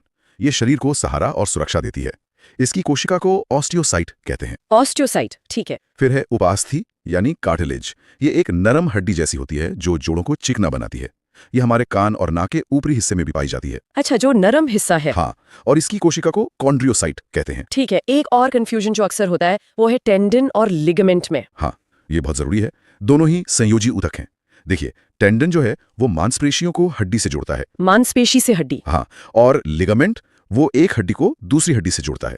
इसे याद रखना आसान है, लिगामेंट हड्डी से हड्डी को जोड़ता है। ये तो बहुत काम की जानकारी है। और कोई उदाहरण है इसका? हाँ, एक और बहुत महत्वपूर्ण उदाहरण है जो शायद सबसे अनोखा है, वो है रक्त। खून? खून एक संयोजी ऊतक है। हाँ, रक्त एकमात्र तरल संयोजी ऊतक है। ये भी तो पूरे शरीर में पोषक तत्वों और ऑक्सीजन को एक अंग से दूसरे अंग तक पहुंचाकर उन्हें जोड़ता ही है। तो चलिए अब अगला चैप्टर देखते हैं, पोषक पदार्थ और विटामिन। जी बिल्कुल, एक बहुत ही जरूरी विषय है ये। अक्सर हम सोचते हैं कि हम दाल चावल या रोटी खा रहे हैं, पर शरीर इसे कैसे समझता है? ये बहुत अच्छा सवाल है। देखिए, शरीर को दाल या चावल से मतलब नहीं है। वो सिर्फ भोजन में मौजूद रासायनिक घटकों को पहचानता है। पोषक पदार्थ यानी न्यूट्रिएंट्स। हाँ बिल्कुल, न्यूट्रिएंट्स। यही वो चीजें हैं जिनसे शरीर को ऊर्जा मिलती है, वो खुद की मरम्मत करता है और बीमारियों से भी लड़ता है। अच्छा, तो समझने के लिए क्या हम इन्हें कुछ ग्रुप्स में बांट सकते हैं? हाँ, आसानी के लिए हम इन्हें 3 टीमों में रख सकते हैं। पहली टीम है एनर्जी देने वालों की, जिसमें कार्बोहाइड्रेट और फैट आते हैं। एनर्जी प्रोवाइडर्स, ठीक है। दूसरी टीम है शरीर बनाने वालों की, मतलब बॉडी बिल्डर्स। इसमें प्रोटीन और पानी है। और तीसरी टीम है प्रोटेक्टर्स की, जो हमें बीमारियों से बचाते हैं, यानी विटामिन्स और मिनरल्स। कार्बोहाइड्रेट्स, ये नाम तो बहुत कॉमन है। जी, इसके नाम में इसका मतलब छुपा है। कार्बो यानी कार्बन और हाइड्रेट मतलब पानी, जिसमें हाइड्रोजन और ऑक्सीजन होते हैं। अच्छा, तो कार्बन, हाइड्रोजन और ऑक्सीजन का एक यौगिक। हाँ, जिनका अनुपात 1:1 होता है। इसका बस एक ही मुख्य काम है, शरीर को फटाफट एनर्जी देना। लगभग 55 से 65% ऊर्जा हमें इसी से मिलती है। और कितनी ऊर्जा? मतलब अगर 1 ग्राम कार्बोहाइड्रेट लिया तो 1 ग्राम से करीब 4.2 किलो कैलोरी ऊर्जा मिलती है। और स्रोत तो आप जानते ही हैं, अनाज, आलू, केला, शहद, ये सब। इनमें मिठास होती है, तो इन्हें शर्करा या शुगर भी कहते हैं, है ना? एकदम सही। पर सभी शुगर एक जैसी नहीं होती है, ये उनकी बनावट पर निर्भर करता है। अच्छा, कितने तरह की होती हैं? मोटे तौर पर 3। सबसे सरल है मोनोसैकेराइड। मोनो मतलब एक यूनिट वाली शुगर। हाँ, ये खाते ही तुरंत खून में मिलकर एनर्जी देती है, जैसे ग्लूकोज। अच्छा, जैसे खिलाड़ियों को देते हैं इंस्टेंट एनर्जी के लिए। बिल्कुल, ग्लूकोज शरीर का ईंधन है। इसी ग्रुप में फ्रक्टोज भी है, जो फलों और शहद में मिलता है। ये सबसे मीठी प्राकृतिक शर्करा है। ठीक है, तो मोनो के बाद डाई आता होगा, डाइसैकेराइड। सही पकड़ा। इसमें 2 मोनोसैकेराइड अणु जुड़ जाते हैं, जैसे अपनी नॉर्मल चीनी सुक्रोज, वो ग्लूकोज और फ्रुक्टोज से बनती है। और दूध में भी तो एक शुगर होती है। हाँ, लैक्टोज, वो ग्लूकोज और गैलेक्टोज से बनती है। और अंकुरित अनाज में मोल्टोज होता है। और तीसरा प्रकार पॉलीसैकेराइड। पॉली मतलब बहुत सारे। जी हाँ, ये हजारों मोनोसैकेराइड की एक बहुत लंबी और जटिल चेन होती है। इसका काम है ऊर्जा को स्टोर करना। जैसे पौधों में स्टार्च। बिल्कुल, आलू, चावल, इन सब में स्टार्च ही तो है। और एक मजेदार बात, जो दवा के कैप्सूल का खोल होता है ना, हाँ। वो भी स्टार्च के बना होता है। अरे वाह, ये तो नहीं पता था। और हम इंसानों में एनर्जी कैसे स्टोर होती है? हम में ऊर्जा ग्लाइकोजन के रूप में लिवर में जमा होती है। ये भी एक पॉलीसैकेराइड है। तो ये हो गए कार्बोहाइड्रेट्स, लेकिन लंबे समय के लिए एनर्जी स्टोर करने का काम तो फैट करता है ना? एकदम। यहीं पर हमारी दूसरी एनर्जी प्रोवाइडर टीम आती है, वसा यानी फैट्स। अगर कार्ब्स आपकी जेब का कैश है, तो फैट आपके बैंक का फिक्स डिपॉजिट है। क्या बात है, मतलब प्रति ग्राम ज्यादा एनर्जी। बहुत ज्यादा। 1 ग्राम वसा से 9.3 किलो कैलोरी ऊर्जा मिलती है, सबसे ज्यादा। और इसके स्रोत? मक्खन, घी, दूध, तेल, मांस, ये सब। ये ऊर्जा देने के अलावा हमारे अंगों को चोट से भी बचाता है और शरीर का तापमान भी कंट्रोल करता है। लेकिन फैट्स में गुड फैट और बैड फैट वाली बात हमेशा सुनते हैं, ये क्या है? ये जानना बहुत जरूरी है। पहला है संतृप्त वसा या सैचुरेटेड फैट, जैसे मक्खन, घी। ये कोलेस्ट्रॉल बढ़ाता है, तो इसे कम खाना चाहिए। और गुड फैट? वो है असंतृप्त वसा या अनसैचुरेटेड फैट। मूंगफली, जैतून का तेल, इनमें मिलता है।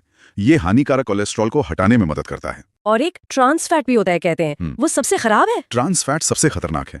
ये होता तो अनसैचुरेटेड फैट ही है, पर इसे फैक्ट्रियों में प्रोसेस करके बदला जाता है। क्यों? ताकि खाने की शेल्फ लाइफ बढ़ जाए। लेकिन इस प्रोसेस में ये इतना बदल जाता है कि शरीर इसे पहचान नहीं पाता और ये सीधे बुरे कोलेस्ट्रॉल को बढ़ा देता है। जितने भी फास्ट फूड, पिज्जा हैं, सब में यही होता है। समझ गई। तो अब आते हैं बॉडी बिल्डर्स पर, मतलब प्रोटीन। जी, प्रोटीन। इसकी बनावट में कार्बन, हाइड्रोजन, ऑक्सीजन के साथ साथ नाइट्रोजन भी होता है। ये 20 तरह के अमीनो एसिड से बनता है। अमीनो एसिड मतलब? Building blocks. बिल्कुल। जैसे ईंटों से घर बनता है, वैसे ही अमीनो एसिड से प्रोटीन बनता है, और प्रोटीन से हमारा शरीर। तो इसका मुख्य काम शरीर बनाना और उसकी मरम्मत करना है। एकदम सही। अंगों, मांसपेशियों, ऊतकों का विकास और उनकी टूट-फूट ठीक करना।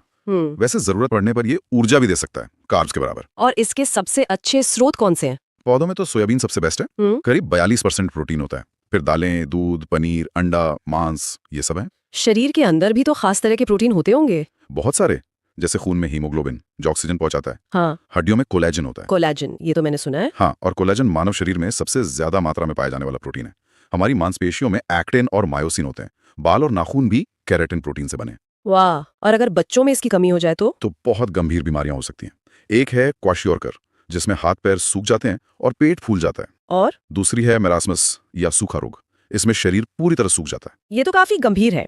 अब आते हैं हमारी तीसरी टीम पर, प्रोटेक्टर्स यानी मिनरल्स और विटामिन्स। जी।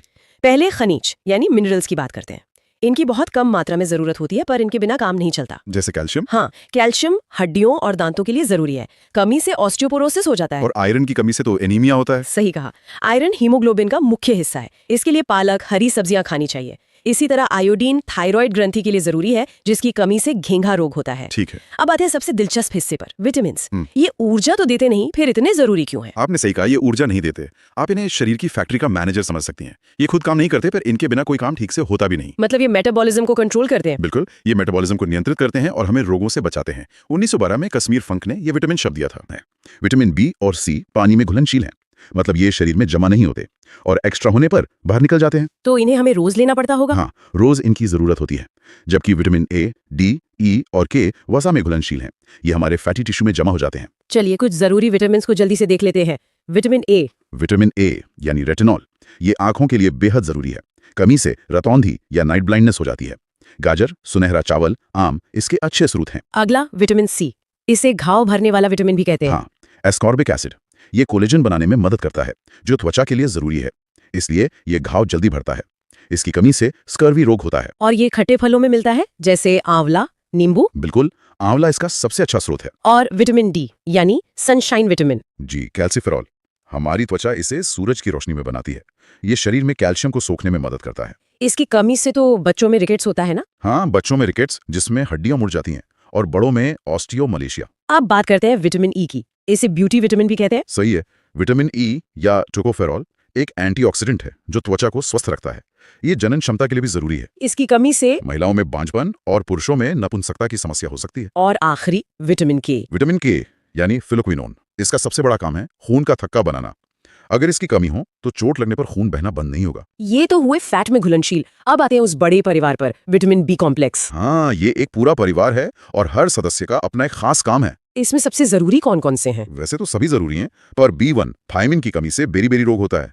B2 की कमी से त्वचा फटती है। मैंने B3 की कमी से होने वाले पेलाग्रा के बारे में पढ़ा है, जिसे 4D सिंड्रोम कहते हैं। हाँ, विटामिन B3 यानी नियासिन, 4D सिंड्रोम, क्योंकि इसके 4 चरण हैं: डायरिया, डर्मेटाइटिस, डेमेंशिया और अंत में डेथ। बाप रे। और B9 यानी फॉलिक एसिड? वो गर्भवती महिलाओं के लिए बहुत जरूरी है। और फिर आता है B12 साइनोकोबालामीन। इसकी क्या खास बात है? इसमें कोबाल्ट धातु पाई जाती है और ये ज्यादातर मांस, अंडे और पनीर में ही मिलता है, पौधों में नहीं। तो इसकी कमी से भी एनीमिया होता है? हाँ, एनीमिया और पांडु रोग, जिसे पीलिया भी कहते हैं, हो सकता है। अब अगला चैप्टर देखते हैं, मानव रक्त। चलिए रक्त की मूल बातों से शुरू करते हैं। रक्त मतलब जिसे हम लिक्विड कनेक्टिव टिश्यू कहते हैं। हाँ, तरल संयोजी ऊतक। तो ये एक संयोजी ऊतक है और इसकी प्रकृति जहां तक मुझे याद है थोड़ी क्षारीय होती है। बिल्कुल, हल्की सी क्षारीय, मतलब अल्कलाइन। इसका पीएच मान होता है 7.4। अच्छा, और एक आम इंसान के शरीर में ये कितना होता है? ये शरीर के कुल वजन का लगभग 7% होता है। 7%? हाँ, तो पुरुषों में ये करीब 5 से 6 लीटर और महिलाओं में 4 से 5 लीटर के आसपास होता है। और इसके अध्ययन को क्या कहते हैं? कोई खास नाम है? हाँ, इसे हेमेटोलॉजी कहते हैं। हेमेटोलॉजी। और वो जो ब्लड प्रेशर मापने वाली मशीन है, उसका नाम तो बहुत मुश्किल है। हाँ, स्फिग्मोमैनोमीटर। स्फिग्मोमैनोमीटर। और एक सामान्य व्यक्ति का ब्लड प्रेशर 120/80 mmg होना चाहिए, है ना? हाँ, यही आदर्श माना जाता है। पर एक सवाल है, ये खून जो इतना जरूरी है, ये शरीर में बनता कहाँ है? बहुत अच्छा सवाल है।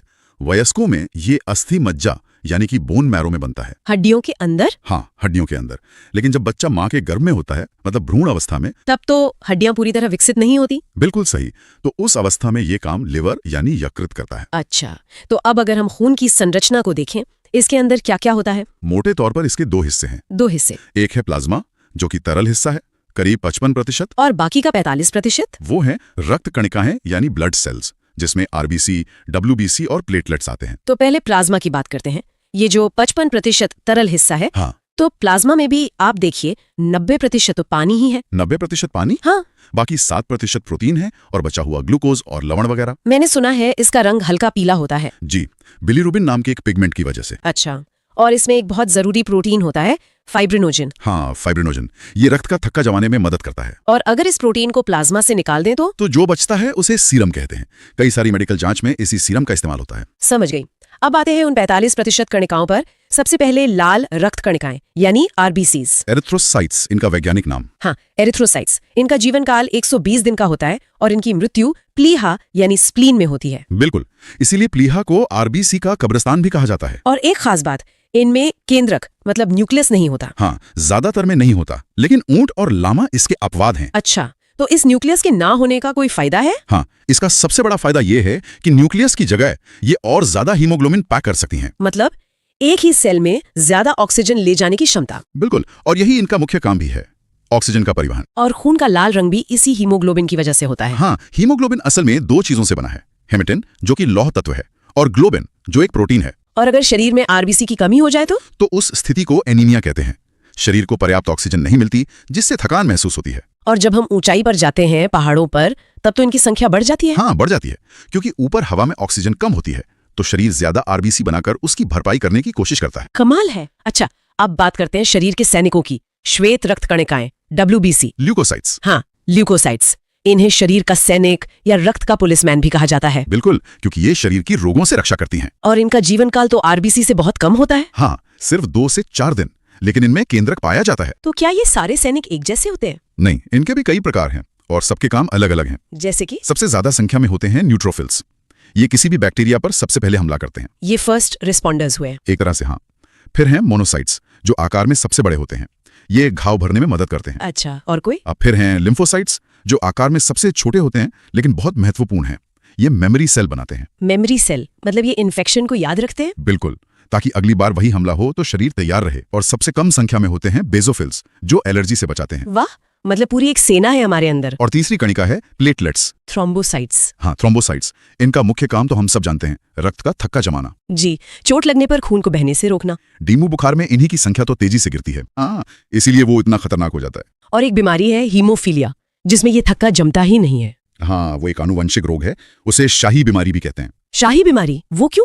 क्योंकि ये ब्रिटेन की महारानी विक्टोरिया के वंशजों में फैली थी और उस समय की शादियों की वजह से ये यूरोप के कई राजघरानों तक पहुंच गई। अच्छा, तो ये थक्का जमने की जो प्रक्रिया है, ये होती कैसे है? इसमें कौन कौन शामिल है? देखिए, इस प्रक्रिया में विटामिन के, कैल्शियम और कुछ प्रोटीन की मुख्य भूमिका होती है।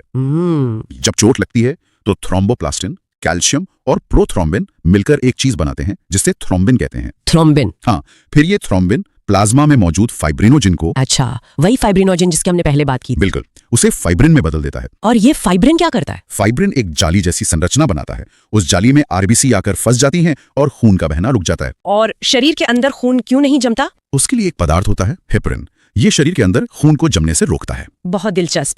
चलिए अब अगला चैप्टर देखते हैं, रक्त समूह। ब्लड ग्रुप्स की खोज किसने की थी? इसकी खोज कार्ल एंड स्टीनर ने की थी 1901 के आसपास। और उन्होंने ही ए, बी और ओ समूह की खोज की थी। जी, और इसी काम के लिए उन्हें 1930 में नोबेल पुरस्कार भी मिला। लेकिन ए बी ग्रुप तो उन्होंने नहीं खोजा था। नहीं, एबी रक्त समूह की खोज बाद में डुकास्टेलो और स्टर्ले ने की थी। तो इस वर्गीकरण का आधार क्या था? मतलब ए, बी, ओ ये नाम क्यों दिए गए? इसका आधार है आरबीसी की सतह पर पाया जाने वाला एक प्रोटीन, जिसे एंटीजन कहते हैं। एंटीजन एक तरह का पहचान पत्र? बिल्कुल, आप इसे सेल का आईडी कार्ड समझ सकती हैं।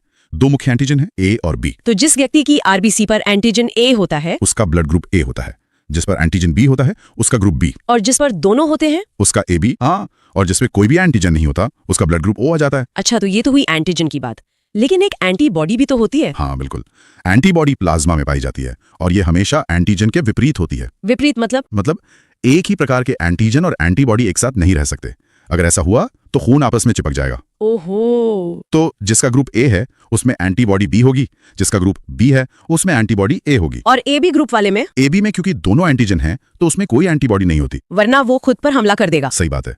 और ओ ग्रुप में क्योंकि कोई एंटीजन नहीं है तो उसमें ए और बी दोनों एंटीबॉडी होती हैं। इसी वजह से ओ ब्लड ग्रुप को सर्वदाता या यूनिवर्सल डोनर कहते हैं। बिल्कुल, क्योंकि उसकी आरबीसी पर कोई एंटीजन नहीं है तो किसी के भी शरीर में जाने पर वो बाहरी हमलावर नहीं लगता। और ए बी ब्लड ग्रुप सर्वग्राही यानी यूनिवर्सल रिसिपिएंट हुआ। हाँ, क्योंकि उसमें कोई एंटीबॉडी नहीं होती तो वो किसी भी ग्रुप का खून स्वीकार कर सकता है। लेकिन कहानी यहाँ खत्म नहीं होती, एक पॉजिटिव और नेगेटिव का भी मामला है। ये आरएच फैक्टर क्या है? 1940 में लैंडस्टीनर और विनर ने एक और एंटीजन खोजा था। अच्छा। हाँ, इसकी खोज रीजस बंदर में हुई थी, इसीलिए इसका नाम आरएच फैक्टर रखा गया। तो जिन लोगों के खून में ये फैक्टर होता है वे आरएच प्लस यानी आरएच प्लस कहलाते हैं, और जिनमें नहीं होता वे आरएच नेगेटिव आरएच माइनस कहलाते हैं। तो इसका मतलब असली यूनिवर्सल डोनर तो ओ नेगेटिव हुआ। एकदम सही, क्योंकि उसमें न तो ए बी एंटीजन है न ही आरएच एंटीजन, वो पूरी तरह से खाली है। और असली universal recipient A B positive हुआ। बिल्कुल। इस आरएच फैक्टर की वजह से गर्भावस्था में भी एक समस्या हो सकती है ना? Erythroblastosis fetalis. हाँ, यह एक गंभीर स्थिति है। यह तब हो सकती है जब पिता का रक्त आरएच प्लस हो और माता का आरएच माइनस। तो इसमें होता क्या है? अगर उनका पहला बच्चा आरएच प्लस होता है तो डिलीवरी के समय मां का शरीर उस आरएच फैक्टर के खिलाफ एंटीबॉडी बना लेता है। पहली प्रेगनेंसी में कोई दिक्कत नहीं होती? नहीं, लेकिन अगर दूसरा बच्चा भी आरएच प्लस होता है तो मां के शरीर में जो एंटीबॉडी बनी हुई है वो बच्चे की आरबीसी पर हमला कर सकती हैं। ये तो बहुत खतरनाक है। हाँ, ये जानलेवा हो सकता है, पर अब इसका इलाज है। डिलीवरी के बाद मां को एक इंजेक्शन दिया जाता है जो इन एंटीबॉडीज को बनने से रोकता है। अच्छा, अब आखिरी सवाल पर आते हैं। क्या माता पिता के ब्लड ग्रुप से बच्चे का ब्लड ग्रुप पता चल सकता है? हाँ, अनुमान लगाया जा सकता है। इसके कुछ नियम हैं। जैसे अगर एक का ओ और दूसरे का ए है तो बच्चे का ग्रुप या तो ओ होगा या ए। इसी तरह ओ और बी के संयोजन से बच्चे का ग्रुप ओ या बी होगा। और अगर दोनों ही ओ हैं तो बच्चे का ग्रुप सिर्फ और सिर्फ ओ ही हो सकता है। सबसे दिलचस्प केस तो ए और बी का है। हाँ, अगर माँ का पिता ए और बी ग्रुप के हैं तो बच्चे का ब्लड ग्रुप कुछ भी हो सकता है, ए बी या ओ। चारों में से कोई भी। जी और क्या कोई ऐसा संयोजन है जो मुमकिन ही नहीं है? हाँ, एक नियम हमेशा याद रखना चाहिए, ओ और ए बी की आपस में नहीं बनती। मतलब? अगर माता पिता में से किसी एक का भी ब्लड ग्रुप ए बी है तो बच्चे का ब्लड ग्रुप कभी भी ओ नहीं हो सकता। अच्छा। और इसी का उल्टा, अगर एक अभिभावक ओ है और दूसरा ए बी तो बच्चे का ग्रुप ए या बी होगा, ओ या ए बी नहीं हो सकता। चलिए अब अगला अध्याय देखते हैं, रक्त परिसंचरण तंत्र। तो ये परिसंचरण तंत्र यानी सर्कुलेटरी सिस्टम आखिर है क्या? अगर इसे बहुत आसान शब्दों में समझें तो ये हमारे शरीर का एक इंटरनल कुरियर सर्विस जैसा है। इसका काम है जरूरी सामान जैसे पोषक तत्व, हार्मोन्स, इन सब चीजों को शरीर की हर कोशिका तक पहुंचाना और वहां से वेस्ट प्रोडक्ट्स को वापस लाना। इसके 3 मुख्य हिस्से हैं, एक तो खुद रक्त यानी ब्लड, दूसरा वहीं रक्त वाहिनियां मतलब नसें, और तीसरा वो पंप जो इस पूरे सिस्टम को चलाता है, हमारा हृदय। और यहीं से एक बहुत जरूरी नाम जुड़ता है जो अक्सर परीक्षाओं में आता है, विलियम हार्वे। अच्छा, विलियम हार्वे। हाँ, 1628 में उन्होंने इस पूरे तंत्र की खोज की थी। ये नाम याद रखना बहुत जरूरी है। तो ये जो सर्कुलेटरी सिस्टम है, क्या ये सभी जीवों में एक जैसा होता है? नहीं, बिल्कुल नहीं। मोटे तौर पर इसे 2 तरह का कह सकते हैं। 2 तरह का? हाँ, पहला है खुला परिसंचरण तंत्र, मतलब ओपन सर्कुलेटरी सिस्टम। खुला, इसका क्या मतलब हुआ? मतलब इसमें नसें नहीं होती? बिल्कुल, या होती भी हैं तो बहुत कम। इसमें खून सीधे शरीर के अंगों और ऊतकों के संपर्क में आता है। अच्छा, तो इसके उदाहरण क्या होंगे? इसके उदाहरण याद रखने जरूरी हैं, जैसे कॉकरोच, टिड्डा, झींगा, केकड़ा, मकड़ी, बिच्छू, ये सब भी? हाँ, और घोंघा भी। इन सब में ओपन सिस्टम होता है। ठीक है, और दूसरा प्रकार? दूसरा है बंद परिसंचरण तंत्र यानी क्लोज्ड सर्कुलेटरी सिस्टम। जैसा कि हम इंसानों में होता है? हाँ, मनुष्यों में, जानवरों में, पक्षियों में इसमें रक्त हमेशा रक्त वाहिनियों के एक नेटवर्क के अंदर ही बहता है। इसीलिए इसे बंद कहते हैं। एकदम सही। तो आज हम इन्हीं रक्त वाहिनियों यानी ब्लड वेसल्स पर थोड़ा ज्यादा ध्यान देंगे। आम भाषा में जिन्हें हम नस कह देते हैं, हाँ, ये 3 तरह की होती हैं, है ना? धमनियां, शिराएं और केशिकाएं। हाँ, आर्टरीज, वेन्स और कैपिलरीज। और वैसे एक और जानने वाली बात यह है कि रक्त वाहिनियों के अध्ययन को एंजियोलॉजी कहते हैं। एंजियोलॉजी, ठीक है। तो चलिए धमनियों यानी आर्टरीज से शुरू करते हैं। ये वो नसें हैं जो ऑक्सीजन वाला शुद्ध रक्त हृदय से शरीर के बाकी अंगों तक ले जाती हैं। बिल्कुल, इनका रंग भी इसीलिए लाल होता है। और एक बहुत जरूरी बात, इनमें खून का दबाव बहुत ज्यादा होता है। हाई प्रेशर, इसीलिए ये शरीर में काफी गहराई में होती हैं, है ना? त्वचा के ठीक नीचे नहीं दिखती। हाँ, क्योंकि अगर ये कट जाएं तो प्रेशर से खून बहुत तेजी से बाहर निकलेगा। लेकिन यहाँ एक अपवाद है, एक एक्सेप्शन जो हमेशा कंफ्यूज करता है, फुफ्फुसीय धमनी, पल्मोनरी आर्टरी। हाँ, ये बहुत अच्छा पॉइंट है। इसके नाम में धमनी है पर ये तो अशुद्ध रक्त ले जाती है। सही, इसमें शुद्ध रक्त नहीं बल्कि कार्बन डाइऑक्साइड वाला अशुद्ध रक्त बहता है। तो फिर इसे धमनी क्यों कहते हैं? क्योंकि नियम ये है कि कोई भी नस जो खून को हृदय से दूर ले जाए वो धमनी कहलाएगी, और फुफ्फुस या धमनी अशुद्ध रक्त को हृदय से फेफड़ों तक ले जाती है। अच्छा, हृदय से दूर इसलिए धमनी, ये याद रखने का अच्छा तरीका है। और शरीर की जो सबसे बड़ी धमनी है उसे महाधमनी या अवॉर्टा कहते हैं। ठीक है, तो अब आते हैं शिराओं पर यानी वेन्स पर। इनका काम धमनियों से ठीक उल्टा होगा? बिल्कुल उल्टा। ये शरीर के अंगों से कार्बन डाइऑक्साइड वाला अशुद्ध रक्त वापस हृदय तक लाती हैं। और इनका रंग नीला सा होता है, जैसे हमारी कलाई पर जो हरी नीली नसें दिखती हैं। वो शिराएं ही हैं। वो त्वचा के ठीक नीचे होती हैं। अच्छा, पर इनमें तो खून का दबाव कम होता होगा? हाँ, बहुत कम। और इसी वजह से खून वापस नीचे की तरफ ना बहे, इसके लिए इनके अंदर कपाट यानी वॉल्व्स होते हैं। वॉल्व्स मतलब एक तरह के दरवाजे जो खून को एक ही दिशा में जाने देते हैं। एकदम सही। ये बहुत जरूरी है, खासकर पैरों की शिराओं में, जहाँ खून को गुरुत्वाकर्षण के खिलाफ ऊपर आना होता है। तो क्या शिराओं का भी कोई अपवाद है धमनियों की तरह? हाँ, बिल्कुल है। फुफ्फुसीय सिरा यानी पल्मोनरी वेन। अच्छा, तो इसमें उल्टा होगा, इसमें अशुद्ध की जगह शुद्ध रक्त होगा। परफेक्ट। ये फेफड़ों से आने वाला शुद्ध ऑक्सीजन युक्त रक्त वापस हृदय तक लाती है। समझ गया। ये दोनों अपवाद परीक्षा के लिए सबसे जरूरी हैं। निश्चित रूप से। तो धमनियां हो गई, शिराएं हो गई, अब ये तीसरी वाली क्या है? केशिकाएं, कैपिलरीज। केशिकाएं सबसे महीन मतलब सबसे पतली रक्त वाहिनियां होती हैं। कितनी पतली? इतनी पतली कि इनकी दीवार सिर्फ एक कोशिका जितनी मोटी होती है। ये धमनियों को शिराओं से जोड़ने का काम करती हैं, एक जाल की तरह। तो जब कभी त्वचा छिल जाती है और हल्का सा खून निकलता है, वो इन्हीं के फटने से होता है। बिल्कुल, वो केशिकाओं के टूटने की वजह से होता और है। इनका सबसे जरूरी काम क्या है? इनका सबसे जरूरी काम है एक्सचेंज, मतलब रक्त और ऊतकों के बीच पोषक तत्वों, ऑक्सीजन और कार्बन डाइऑक्साइड जैसी चीजों का आदान प्रदान करना। तो असली काम तो यही हो रहा है। हाँ, धमनियां और शिराएं तो बस हाईवे हैं। असली डिलीवरी और पिकअप इन्हीं केशिकाओं में होता है, और सभी रक्त वाहिनियों में इनका व्यास यानी डायामीटर सबसे छोटा होता है। चलिए तो परीक्षा के लिए एक बार जल्दी से धमनी और शिरा के बीच के मुख्य अंतर दोहरा लेते हैं। हाँ, ये बहुत जरूरी है। पहला तो प्रवाह की दिशा, धमनियां रक्त को हृदय से अंगों तक ले जाती हैं और शिराएं अंगों से वापस हृदय तक लाती हैं। दूसरा, रक्त का प्रकार, धमनियों में शुद्ध रक्त, शिराओं में अशुद्ध रक्त। और दोनों के अपवाद हमेशा याद रखने हैं, फुफ्फुसी धमनी और फुफ्फुसी शिरा। ठीक है। तीसरा, दबाव, धमनियों में दबाव ज्यादा और तेज होता है, और शिराओं में दबाव कम और धीमा। चौथा पॉइंट, कपाट यानी वॉल्व, धमनियों में ये नहीं होते। जबकि शिराओं में ये होते हैं खून को वापस बहने से रोकने के लिए। और दीवारों का क्या? धमनियों की दीवार मोटी और लचीली होती है, हाई प्रेशर झेलने के लिए। शिराओं की दीवार पतली होती है। एक आखिरी अंतर, व्यास यानी डायमीटर। हाँ, आमतौर पर धमनियों का व्यास शिराओं से कम होता है। ठीक है, तो ये मुख्य अंतर है। जी, तो संक्षेप में हृदय से रक्त को शरीर के विभिन्न भागों में ले जाने वाली रक्त वाहिकाओं को धमनियां कहा जाता है। और सबसे बड़ी धमनी है महाधमनी यानी ओयोटा। सही। और शिराओं में कपाट होते हैं जो रक्त को एक ही दिशा में बहने में मदद करते हैं, जबकि धमनियों में इनकी जरूरत नहीं होती। अब अगला चैप्टर देखते हैं, मानव हृदय की संरचना और कार्य। बिल्कुल। तो सबसे पहले बात करते हैं कि दिल होता कहाँ है और दिखता कैसा है। हाँ, इसकी लोकेशन ये हमारी पसलियों के नीचे दोनों फेफड़ों के बीच में होता है ना? एकदम सही। और ये जो 12 जोड़ी पसलियां हैं वो इसे एक तरह से सुरक्षा देती हैं। जैसे एक पिंजरे के अंदर। हाँ, कह सकते हैं। और दिल के ऊपर भी एक सुरक्षा कवच होता है, एक दोहरी झिल्ली जिसे पेरिकार्डियम कहते हैं। पेरिकार्डियम। और इन दोनों झिल्लियों के बीच में कुछ होता है? हाँ, उनके बीच में एक तरल पदार्थ भरा होता है, पेरिकार्डियल द्रव। ये भारी झटकों से मतलब चोट वगैरह से दिल को बचाता है। अच्छा। और एक आम धारणा है कि दिल बाईं तरफ होता है। क्या ये सच है? पूरी तरह नहीं।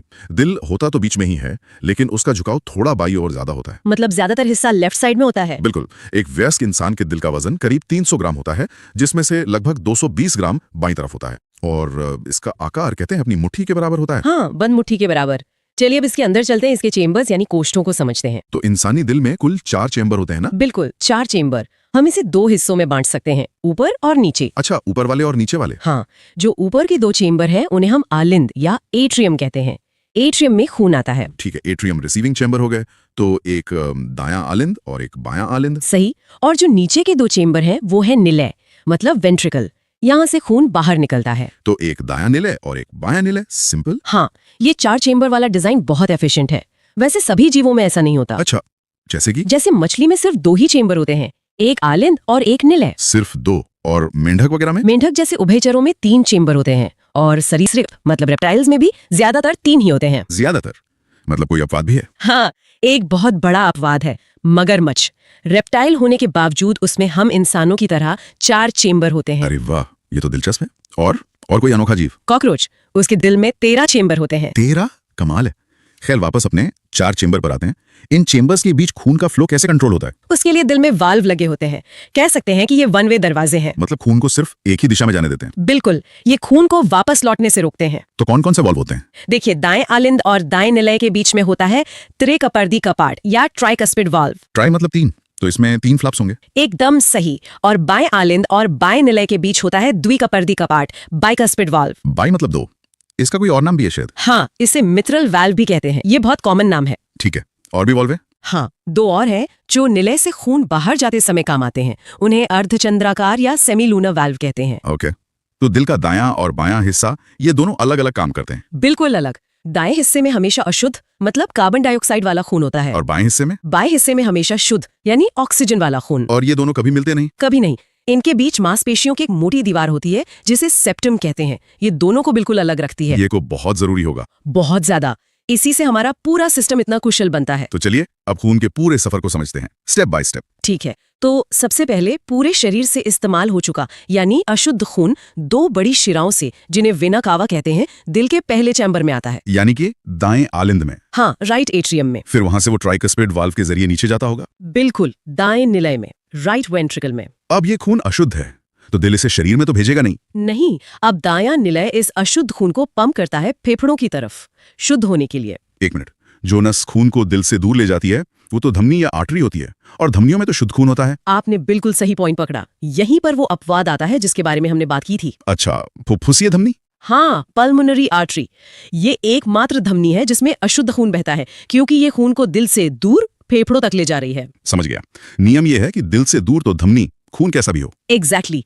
अब खून फेफड़ों में पहुंच गया, वहां उसने कार्बन डाइऑक्साइड छोड़ी और ऑक्सीजन ले ली, हो गया शुद्ध। और ये जानना भी जरूरी है कि फेफड़े खून को प्योरीफाई करते हैं, किडनी की तरह फिल्टर नहीं करते। सही कहा। अब ये ताजा ऑक्सीजन वाला खून वापस दिल में आएगा। और जो नस खून को दिल की तरफ लाती है वो शिरा यानी वेन होती है। तो यहाँ भी एक अपवाद होगा। बिल्कुल, फुफ्फुसिया शिरा या पल्मोनरी वेन, ये एकमात्र शिरा है जिसमें शुद्ध खून होता है। तो ये शुद्ध खून दिल के किस हिस्से में आता है? ये आता है बाएं आलिंद में, लेफ्ट एट्रियम में। फिर वहां से बाइकस्पिड या मिट्रल वॉल से होता हुआ नीचे जाएगा बाएं निलय में, लेफ्ट वेंट्रिकल में। और ये चेम्बर दिल का असली पावर हाउस है। पावर हाउस क्यों? क्योंकि इससे खून को सिर्फ पास के फेफड़ों तक नहीं बल्कि पूरे शरीर में सिर से लेकर पैर के अंगूठे तक पंप करना होता है। इसलिए इसकी मांसपेशियां सबसे मोटी और मजबूत होती हैं। अच्छा, तो जब ये पंप करता है तो खून कहाँ जाता है? ये खून को शरीर की सबसे बड़ी धमनी महाधमनी या एओर्टा में धकेलता है और फिर एओर्टा से छोटी छोटी धमनियों के जरिए पूरे शरीर में फैल जाता है। और ये पूरा साइकिल चलता रहता है, लब डब। ये आवाज किस चीज की है? ये आवाज दिल की धड़कन है। हर धड़कन में 2 क्रियाएं होती हैं, संकुचन और अनुशिथिलन। सिस्टोल और डायस्टोल। हाँ, सिस्टोल मतलब जब दिल सिकुड़कर खून को बाहर पंप करता है और डायस्टोल मतलब जब वो फैलकर आराम करता है और खून से भरता है। एक सामान्य इंसान का दिल 1 मिनट में कितनी बार धड़कता है? करीब 72 बार और एक धड़कन में लगभग 0.8 सेकंड लगते हैं। इसी से ब्लड प्रेशर भी जुड़ा है ना, जैसे 120/80। हाँ, जो 120 है वो सिस्टोलिक प्रेशर है, मतलब जब दिल सिकुड़ता है तब धमनियों पर पड़ने वाला दबाव। और 80 वो डायस्टोलिक प्रेशर है, जब दिल आराम कर रहा होता है तब का दबाव। और इसे स्फिग्मोमानोमीटर नाम की मशीन से मापते हैं? बिल्कुल। मेरा आखिरी सवाल, डॉक्टर स्टेथोस्कोप से जो लब डब की आवाज सुनते हैं वो असल में है क्या? क्या वो मांसपेशियों की आवाज है? नहीं, ये एक आम गलतफहमी है। ये आवाज वाल्व के बंद होने की है। अच्छा, दरवाजों के बंद होने की आवाज। हाँ, जब वाल्व जोर से बंद होते हैं तो लब और डब की ध्वनि पैदा होती है। पहली लब की आवाज ट्राइकस्पिड और माइट्रल वाल्व से और दूसरी डब की आवाज एओर्टिक और पल्मोनरी वाल्व के बंद होने से आती है। अब अगला चैप्टर देखते हैं, कंकाल तंत्र। जी, स्केलेटल सिस्टम। तो सबसे पहले ये कंकाल तंत्र है क्या? मतलब सीधी सी बात है कि ये शरीर को एक ढांचा देता है। बिल्कुल, एक ढांचा, एक आकार, इसके बिना तो शरीर का चलना फिरना ही मुमकिन नहीं है। और इसके अध्ययन को, मतलब इसकी पढ़ाई को ऑस्टियोलॉजी कहते हैं ना? हाँ। ये एक जरूरी पॉइंट है परीक्षा के लिए। हाँ, ऑस्टियोलॉजी। और एक और बात याद रखने वाली है कि हमारे शरीर में करीब 649 मांसपेशियां होती हैं जो इन हड्डियों को हिलाने में मदद करती हैं। बिल्कुल, शरीर की संरचना ही ऐसी है। सबसे बाहर त्वचा, फिर मांसपेशियां और फिर अंदर ये पूरा कंकाल। ठीक है, तो इसके मुख्य कामों पर आते हैं। एक तो हो गया शरीर को मजबूती और आकार देना। हाँ, दूसरा है आंतरिक अंगों की रक्षा, जैसे हमारा दिल, फेफड़े, ये सब पसलियों के पिंजरे के अंदर सुरक्षित रहते हैं। एक तरह का सुरक्षा कवच। बिल्कुल। और तीसरा काम है गति, मतलब चलना फिरना, जो मांसपेशी की मदद से होता है। और चौथा, जो बहुत लोगों को शायद नहीं पता होगा, वो है रक्त कोशिकाओं का निर्माण। हाँ, ये बहुत दिलचस्प है। आरबीसी और डब्ल्यूबीसी दोनों ही हड्डियों के अंदर बनती है। हड्डियों के अंदर जो अस्थि मज्जा या बोन मैरो होता है उसमें। एकदम सही। अच्छा, इस सिस्टम में कुछ जरूरी ऊतक यानी टिश्यूज भी होते हैं, जैसे टेंडन और लिगामेंट। इनमें बहुत कंफ्यूजन होता है। हाँ, ये बहुत पूछा जाता है। देखिए, टेंडन जो है वो हड्डी को मांसपेशी से जोड़ता है। हड्डी को मांसपेशी से, ठीक है। और लिगामेंट वो हड्डी को हड्डी से जोड़ता है। अच्छा, यानी bone to bone connection ligament से होता है। हाँ, ये दोनों ही संयोजी ऊतक हैं। और खुद हड्डी यानी अस्थि, वो भी तो एक संयोजी ऊतक ही है। बिल्कुल, ये भी एक संयोजी ऊतक है। इसका काम सुरक्षा देना, गति में मदद करना और कैल्शियम और फास्फोरस जैसे मिनरल्स को जमा करना भी है। और हड्डियों में जो सेल्स पाए होते हैं उन्हें ऑस्टियोसाइट्स कहते हैं। जी, ऑस्टियोसाइट्स। हड्डियों के अलावा एक और चीज होती है, उपास्थि, कार्टिलेज। वो क्या है? उपास्थि एक तरह का नर्म और लचीला संयोजी ऊतक है। नर्म मतलब हड्डी जैसा सख्त नहीं? नहीं, इसका मुख्य काम जोड़ों को चिकना बनाना है ताकि हड्डियां आसानी से घूम सकें। अच्छा, और ये कहाँ पाया जाता है? जैसे हमारे कान का बाहरी हिस्सा या नाक का अगला हिस्सा, ये उपास्थि का बना है, तभी तो लचीला है। समझ गया। और इसमें जो सेल्स होते हैं उन्हें कॉन्ड्रियोसाइट कहते हैं, सही? हाँ, कॉन्ड्रियोसाइट्स। एक बहुत ही दिलचस्प फैक्ट है कि एक नए जन्मे बच्चे में करीब 300 से ज्यादा हड्डियां होती हैं। हाँ, जबकि एक वयस्क में सिर्फ 206 रह जाती हैं। तो बाकी की हड्डियां कहाँ चली जाती हैं? वो कहीं जाती नहीं, वो बस आपस में जुड़ जाती हैं। जैसे जैसे बच्चा बड़ा होता है, कुछ छोटी हड्डियां मिलकर एक बड़ी और मजबूत हड्डी बना लेती हैं। अच्छा, अब अगर हम कंकाल के प्रकार देखें तो वो भी 2 तरह के होते हैं ना? जी, 2 मुख्य प्रकार हैं। एक है बाह्य कंकाल यानी एक्सोस्केलेटन, जो शरीर के बाहर होता है। हाँ, जैसे केकड़ा, कॉकरोच या कछुए का जो ऊपर का कवच होता है। हमारे बाल और नाखून भी इसी में आते हैं। हाँ, तकनीकी रूप से वो भी इसी का एक उदाहरण है। और दूसरा है अंतः कंकाल यानी एंडोस्केलेटन। ये शरीर के अंदर मांसपेशियों के नीचे होता है, जैसा हम इंसानों में और दूसरे जानवरों में होता है। बिल्कुल। ठीक है, तो अब हम इसी मानव कंकाल तंत्र पर ध्यान देते हैं। कुल 206 हड्डियां। इन्हें समझने के लिए 2 हिस्सों में बांटा गया है। हाँ, पहला है अक्षीय कंकाल यानी एक्सियल स्केलेटन, और दूसरा अनुबंधीय कंकाल अपेंडिकुलर स्केलेटन। सही। अक्षीय कंकाल में 80 हड्डियां होती हैं और इसका मुख्य काम आंतरिक अंगों की रक्षा करना है। शरीर का जो मुख्य अक्षीय एक्सिस है वो बनाता है। बिल्कुल। और अनुबंधीय में बाकी की 126 हड्डियां होती हैं जो हमें चलने फिरने में मदद करती हैं। तो चलिए पहले अक्षीय कंकाल की 80 हड्डियों का हिसाब समझते हैं। ठीक है, तो इसमें सबसे पहले आता है सिर। सिर में कुल 29 हड्डियां होती हैं। 29? हाँ, 29। इनमें से 22 हड्डियां तो खोपड़ी यानी स्कल बनाती हैं। खोपड़ी की 22 हड्डियों में से 8 क्रेनियम बनाती हैं, जो दिमाग का सुरक्षा बॉक्स है। सही। और बाकी 14 हड्डियां हमारे चेहरे का ढांचा बनाती हैं। और चेहरे की हड्डियों में सिर्फ नीचे का जबड़ा यानी मैंडिबल ही हिल सकता है। बिल्कुल। तो 22 ये हो गई, बाकी की 7 कहाँ है? एक होती है कंठी का हड्डी, हायोइड बोन, जो गर्दन में होती है, और 6 हड्डियां होती हैं कानों में। दोनों कानों में 3-3? हाँ, और इन्हीं में से एक स्टेपीज मानव शरीर की सबसे छोटी हड्डी है। ये एक बहुत ही जरूरी फैक्ट है। सबसे छोटी हड्डी, ठीक है। तो सिर की 29 हड्डियां हो गई, अब छाती पर आते हैं। छाती में कुल 25 हड्डियां हैं। 24 तो पसलियां हो गई, मतलब 12 जोड़ी। हाँ, और एक हड्डी सामने की तरफ होती है, स्टर्नम, जो इन पसलियों को जोड़ती है। और तीसरा हिस्सा है रीढ़ की हड्डी, वर्टेब्रल कॉलम। इसमें वयस्कों में 26 हड्डियां होती हैं।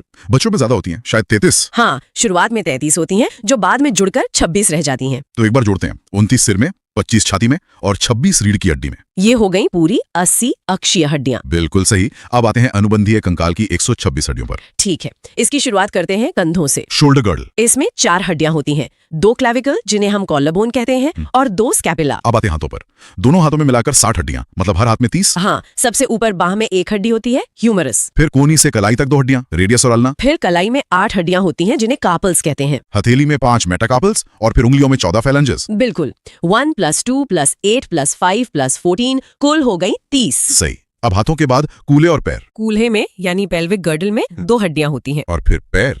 पैरों में भी हाथों की तरह ही 60 हड्डियां हैं, हर पैर में 30। हाँ, जांघ की हड्डी को फीमर कहते हैं, ये 1 होती है। और ये मानव शरीर की सबसे लंबी और सबसे मजबूत हड्डी है। सबसे लंबी और सबसे मजबूत। फिर घुटने पर 1 हड्डी होती है, पटेला। फिर घुटने के नीचे 2 हड्डियां, टिबिया और फिबुला। बिल्कुल। फिर टखने में 7 हड्डियां होती हैं, टार्सल्स। 1 मिनट, हाथ की कलाई में 8 थीं, पर पैर के टखने में 7 क्यों? क्योंकि 1 हड्डी घुटने में पटेला आ गई, तो यहाँ 1 कम हो गई, गिनती बराबर रखने के लिए। अच्छा, ये लॉजिक है, ठीक है।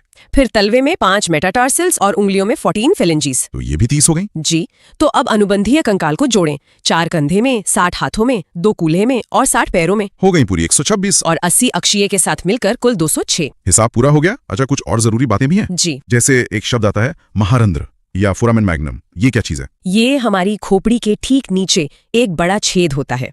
इसी छेद से हमारी रीढ़ की हड्डी यानी स्पाइनल कॉर्ड मस्तिष्क से जुड़ती है। अच्छा, ये कनेक्शन पॉइंट है। हाँ, बहुत जरूरी कनेक्शन पॉइंट। और एक और चीज, साइनोवियल द्रव। साइनोवियल फ्लूइड, ये जोड़ों के बीच पाया जाने वाला एक तरल पदार्थ है, जो हड्डियों को आसानी से मुड़ने में मदद करता है। बिल्कुल। इसे आम भाषा में लोग ग्रीस भी कह देते हैं। ये घर्षण को कम करता है। तो एक बार जल्दी से दोहराते हैं। सबसे छोटी हड्डी कान की, स्टेपीज। और सबसे बड़ी और मजबूत हड्डी जांघ की, फीमर। तो चलिए अब अगला चैप्टर देखते हैं, मानव दांत और जीभ। सुनने में तो बड़ा बेसिक लगता है, पर मुझे लगता है यहाँ भी कुछ हैरान करने वाली बातें जरूर होंगी। बिल्कुल, शुरुआत करते हैं दांतों से। इनके अध्ययन को ओडेंटोलॉजी कहते हैं। ओडोंटोलॉजी। जी, और ये जो हमारे दांत हैं, ये सिर्फ हड्डियां नहीं है, ये एक खास तरह के कठोर ऊतक यानी हार्ड टिश्यू से बने हैं। और इनको एक चीज से बहुत नुकसान पहुंचता है, फ्लोरीन। अच्छा, और जब हम अपने दांत देखते हैं तो हमें तो बस वो सफेद परत दिखती है। क्या पूरा दांत वैसा ही होता है? नहीं, वो तो बस ऊपरी कवच है। इस सफेद चमकदार परत को इनेमल कहते हैं। और ये कोई मामूली चीज नहीं है, ये हमारे शरीर का सबसे कठोर, सबसे मजबूत हिस्सा है। हड्डियों से भी ज्यादा मजबूत? हाँ, हड्डियों से भी ज्यादा। ये कैल्शियम फॉस्फेट से बना होता है। शरीर का सबसे कठोर हिस्सा, ये तो वाकई दिलचस्प है। तो फिर जब दांतों में ठंडा गर्म लगता है या वो झंझनाहट होती है, वो क्यों होती है अगर ये इनेमल इतना मजबूत है तो? बहुत अच्छा सवाल है। ऐसा इसलिए होता है क्योंकि इस मजबूत इनेमल के ठीक नीचे एक और परत होती है, जिसे डेंटाइन कहते हैं। डेंटाइन? और ये डेंटाइन जो है, ये सीधे सीधे हमारी नसों से जुड़ा होता है। तो जब किसी वजह से इनेमल घिस जाता है या उसमें कैविटी हो जाती है, तो बाहर की चीजें डेंटाइन तक पहुंच जाती हैं और हमें वो तेज झंझनाहट महसूस होती है। समझ गई। तो इनेमल हमारी प्रोटेक्टिव शील्ड है। अब हमारे मुंह में जो 32 दांत होते हैं, वो सब एक जैसे तो नहीं दिखते, इनके काम भी अलग अलग होंगे। हाँ, इन्हें हम एक बेहतरीन टूलकिट की तरह समझ सकते हैं।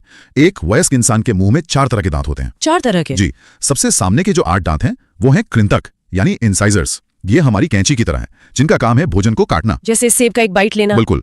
फिर इनके बगल में दोनों तरफ ऊपर नीचे मिला के 4 नुकीले दांत होते हैं। ये हैं रदनक यानी किनाइन्स। यस, ये तो चीर फाड़ के लिए होंगे। एकदम सही, ये चीर फाड़ करने के लिए बने हैं। जैसे कोई मांसाहारी जानवर अपने शिकार को फाड़ता है, हमारे लिए ये गन्ना चूसने में काम आते हैं। और बाकी के जो पीछे वाले चौड़े दांत हैं, वो हमारी चक्की हैं। केनाइन्स के ठीक पीछे 8 अग्र चवर्णक यानी प्रीमोलार्स आते हैं और सबसे आखिर में 12 चवर्णक यानी मोलार्स। और इन दोनों का काम पीसना है। हाँ, इन दोनों का एक ही काम है। जो भोजन काटा और चीरा गया है, उसे अच्छी तरह पीसकर एक लुगदी बना देना, ताकि उसे आसानी से निगला जा सके। एक बात जो मुझे हमेशा से थोड़ी कंफ्यूजिंग लगी है, वो ये है कि हमारे दांत 2 बार आते हैं, दूध के दांत और फिर पक्के दांत। हाँ, और इसमें भी एक गणित है। बचपन में जब हमारा जबड़ा छोटा होता है तो सिर्फ 20 दांत निकलते हैं, जिन्हें हम दूध के दांत कहते हैं। सिर्फ 20? जी, जब ये टूटते हैं तो उनकी जगह 32 स्थायी या परमानेंट दांत आते हैं। तो अगर कोई पूछे कि इंसान के पूरे जीवन काल में कुल कितने दांत निकलते हैं, तो जवाब 32 नहीं बल्कि 20 और 32 मिलाकर 52 होगा। बिल्कुल। वाह, ये तो सोचने वाली बात है। इसे समझने के लिए कोई फॉर्मूला भी होता है ना? दंत सूत्र या डेंटल फॉर्मूला, वो 2123 2123 वाला, वो मुझे कभी ठीक से समझ नहीं आया। उसे समझना बहुत आसान है। सोचिए कि आप अपने मुंह को 4 हिस्सों में बांट रही हैं, ऊपर दायां, ऊपर बायां, नीचे दायां और नीचे बायां। ठीक है, 4 हिस्से हो गए। तो ये जो फॉर्मूला है 2123 2123, ये सिर्फ किसी एक हिस्से के दांतों की गिनती बताता है, सामने से पीछे की ओर। मतलब किसी भी एक क्वार्टर में 2 कृंतक, 1 रदनक, 2 अग्रचवर्णक और 3 चवर्णक। एकदम सही। तो 2 + 1 + 2 + 3 हुए 8, और 8 को 4 से गुणा कर दें तो हो गए पूरे 32 दांत। अब समझ आया। और बच्चों का फॉर्मूला? बच्चों का फॉर्मूला होता है 2102 2102। यहाँ बीच में 0 का मतलब है कि बच्चों में अग्रचवर्णक यानी प्रीमोलर्स नहीं होते। अच्छा, तो वो दांत उनमें होते ही नहीं है? नहीं, उनका जबड़ा इतना बड़ा नहीं होता कि वो सारे दांत रख सके। कमाल है। तो दांतों ने तो अपना काम कर दिया, अब जीभ की बारी। इसका काम सिर्फ स्वाद लेना है या कुछ और भी? जीभ एक मस्कुलर ऑर्गन है जिसके कई काम हैं, पर स्वाद लेना सबसे मुख्य है। इस पर हजारों स्वाद कलिकाएं यानी टेस्ट बड्स होती हैं, और स्वाद को लेकर एक बहुत बड़ी गलतफहमी है जो हम सबने स्कूलों में पढ़ी है। कौन सी गलतफहमी? वो जीभ का नक्शा कि जीभ की नोक से सिर्फ मीठा और पीछे से कड़वा? वही। नई रिसर्च बताती है कि ये बात पूरी तरह सही नहीं है, ये एक मिथक है। असल में हर स्वाद कलिका हर तरह का स्वाद पहचान सकती है। क्या बात कर रहे हैं? तो वो पूरा डायग्राम ही गलत था? हाँ, ये हो सकता है कि जीभ के कुछ हिस्से किसी एक स्वाद के लिए थोड़े ज्यादा संवेदनशील हों, लेकिन ऐसा कोई सख्त बंटवारा नहीं है। ये तो बहुत बड़ी जानकारी है। अच्छा, क्या जीभ का कोई ऐसा हिस्सा भी है जहाँ कोई स्वाद नहीं आता? हाँ, जीभ का जो बिल्कुल बीच का हिस्सा है वो लगभग स्वाद रहित होता है। वहाँ टेस्ट बड्स बहुत कम या न के बराबर होती हैं। अच्छा, इसीलिए डॉक्टर दवाई जीभ के बीच में रखने को कहते हैं। शायद इसीलिए। तो मुंह में दांतों ने खाने को पीसा, जीभ ने स्वाद लिया और उसे लार के साथ मिला दिया, पर ये तो बस शुरुआत है। हाँ, अब ये भोजन एक ऐसे सफर पर निकलने वाला है जो लगभग 30-32 फीट लंबा है। बिल्कुल। अब हम पाचन तंत्र की दुनिया में गोता लगा रहे हैं। पाचन का मूल सिद्धांत बहुत सरल है, भोजन के बड़े और जटिल अणुओं को इतने छोटे और सरल अणुओं में तोड़ना कि हमारा खून उन्हें सोख सके। जैसे किसी बड़ी इमारत को तोड़कर अलग अलग ईंटों में बदल देना। क्या बढ़िया एनालॉजी है। बिल्कुल यही होता है। कार्बोहाइड्रेट टूटकर ग्लूकोज बन जाता है, प्रोटीन टूटकर अमीनो एसिड, और वसा मतलब फैट टूटकर फैटी एसिड बन जाता है। और विटामिन, मिनरल और पानी, वो पहले से ही इतने सरल होते हैं कि उन्हें तोड़ने की जरूरत नहीं पड़ती, शरीर उन्हें सीधे सोख लेता है। और ये पूरी प्रक्रिया कई चरणों में होती है ना? हाँ, मोटे तौर पे 5 चरण हैं। पहला अंतर्ग्रहण यानी खाना मुंह में डालना, फिर पाचन, फिर अवशोषण जहाँ पोषक तत्व खून में जाते हैं जी। चौथा है स्वांगीकरण, जब शरीर उन पोषक तत्वों को इस्तेमाल करता है।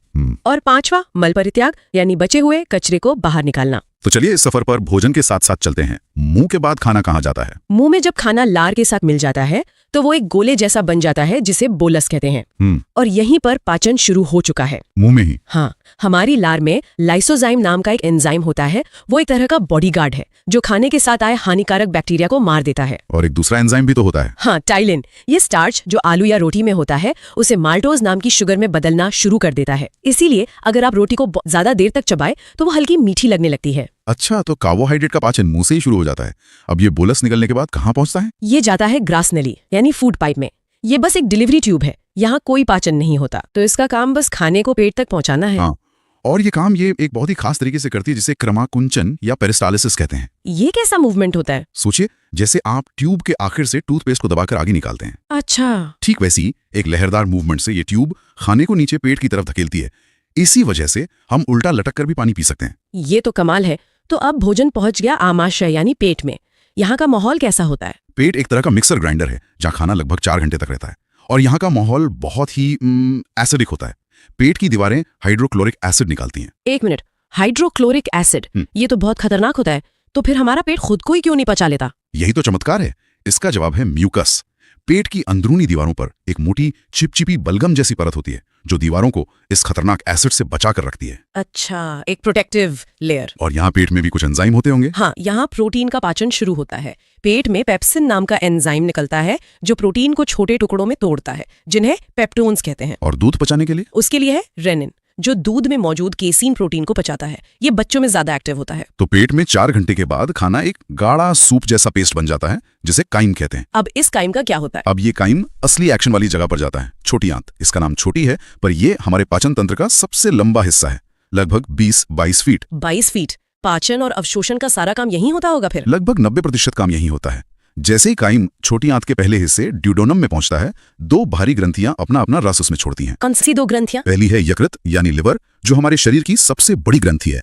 ये पित्त रस यानी बाइल जूस बनाता है। अच्छा, पित्त, मैंने सुना है ये फैट पचाता है। सीधे तौर पर नहीं, पित्त रस का पहला काम है पेट से आए एसिडिक आयन को न्यूट्रल करना। वो क्षारीय यानी एल्कलाइन होता है। मतलब एसिड को शांत करना। जी, उसके बाद ही छोटी आंत के एंजाइम काम कर पाते हैं।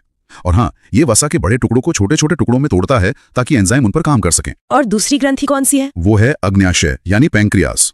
ये पाचन तंत्र का असली सुपर हीरो है। Super hero? हाँ, क्योंकि ये एक ऐसा जूस निकालता है जिसे पूर्ण पाचक रस कहते हैं। इसमें कार्बोहाइड्रेट, प्रोटीन और फैट तीनों को पचाने वाले एंजाइम होते हैं। अच्छा, तो ये ऑल इन वन सोल्यूशन जैसा है।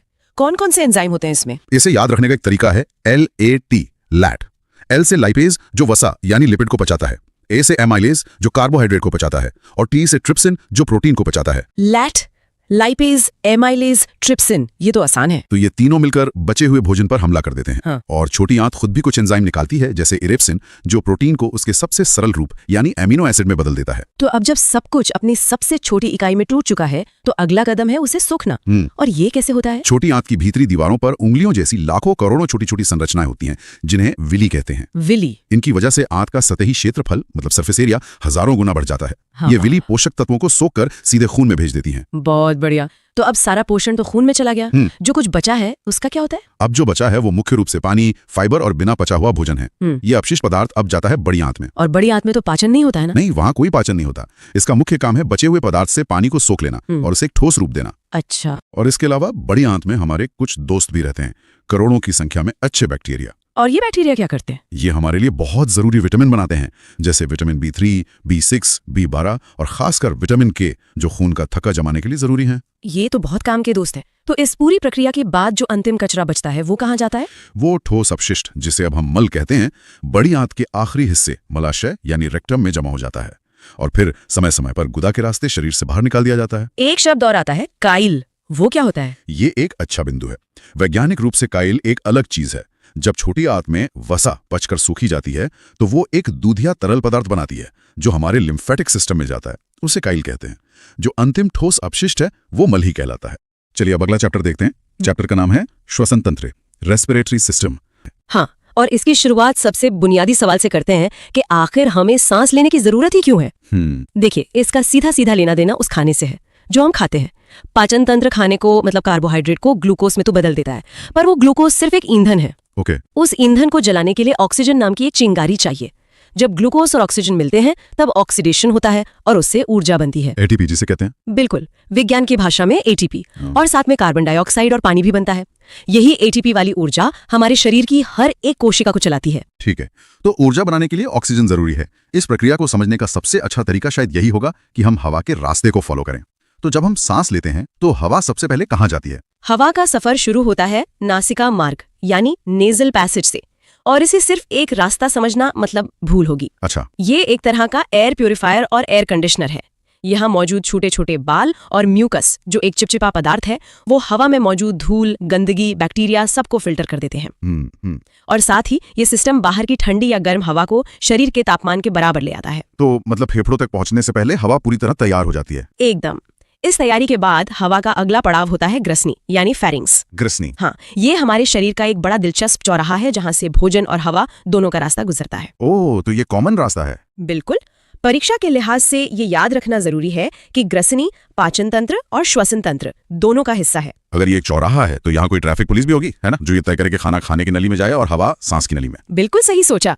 यहाँ एपिग्लॉटिस नाम का एक स्मार्ट ढक्कन होता है जो ट्रैफिक पुलिस का ही काम करता है। एपिग्लॉटिस? जी, जब हम खाना निगलते हैं तो ये ढक्कन सांस की नली को बंद कर देता है, और जब हम सांस लेते हैं तो ये भोजन की नली के रास्ते पर रहता है। तभी कहते हैं कि खाते समय बात नहीं करनी चाहिए। सही, इसी वजह से इस ट्रैफिक पुलिस के बाद आता है स्वरयंत्र यानी लैरिंक्स, जिसे हम वॉइस बॉक्स भी कहते हैं। हाँ, इसका काम तो नाम से ही साफ है, पर इसकी बनावट में कुछ खास है क्या? इसका मुख्य काम तो आवाज पैदा करना ही है, लेकिन स्त्री और पुरुष में इसकी बनावट में एक बड़ा फर्क है।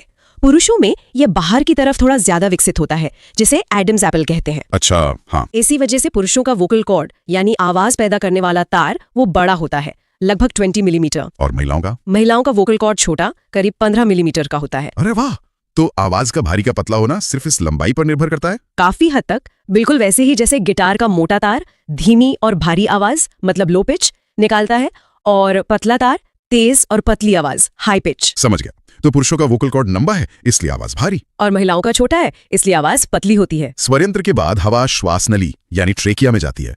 मैंने सुना है कि ये एक खास तरह की नली है जो कभी पिचकती नहीं। हाँ, और ये बहुत जरूरी भी है। हमारी श्वास नली में कार्टिलेज यानी एक नरम हड्डी के 16 से 20 सी आकार के छल्ले होते हैं। छल्ले, रिंग्स। जी, रिंग्स। ये छल्ले इसे एक मजबूत लचीला पाइप बनाते हैं जो हमेशा खुला रहता है। अगर ये नली पिचक गई तो सांस ही रुक जाएगी। एक मिनट, ये छल्ले सी आकार के ही क्यों होते हैं, पूरे गोल यानी ओ आकार के क्यों नहीं? बहुत अच्छा सवाल है। ये सी आकार के इसलिए होते हैं क्योंकि श्वास नली के ठीक पीछे हमारी भोजन की नली एसोफेगस होती है। ओके। सी का जो खुला हुआ हिस्सा है वो भोजन नली की तरफ होता है।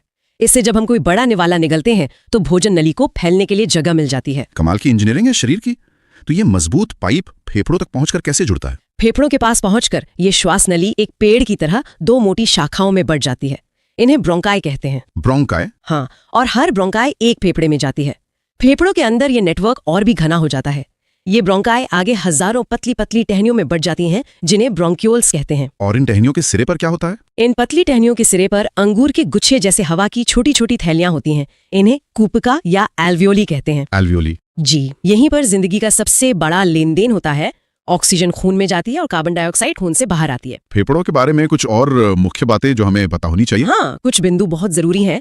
पहला, हमारा दायां फेफड़ा बाएं फेफड़े से थोड़ा बड़ा होता है। अच्छा। और दूसरा, दाएं फेफड़े में 3 हिस्से यानी 3 लोब होते हैं, जबकि बाएं में सिर्फ 2। ऐसा क्यों? इसकी वजह बड़ी खास है। ऐसा इसलिए है क्योंकि शरीर में बाईं ओर हमारे दिल के लिए जगह बनानी पड़ती है। ओह, तो दिल की वजह से बायां फेफड़ा थोड़ा छोटा हो जाता है। बिल्कुल। और एक और चीज, फेफड़ों के ऊपर एक पतली सुरक्षात्मक झिल्ली होती है जिसे प्लूरल मेम्ब्रेन कहते हैं। और सांस लेने और छोड़ने की इस पूरी क्रिया को कौन चलाता है? क्या फेफड़े अपने आप काम करते हैं? नहीं, फेफड़े खुद से कुछ नहीं करते। इस पूरी प्रक्रिया का हीरो है डायाफ्राम। डायाफ्राम? जी, ये फेफड़ों के ठीक नीचे एक गुंबद के आकार की बड़ी मांसपेशी है।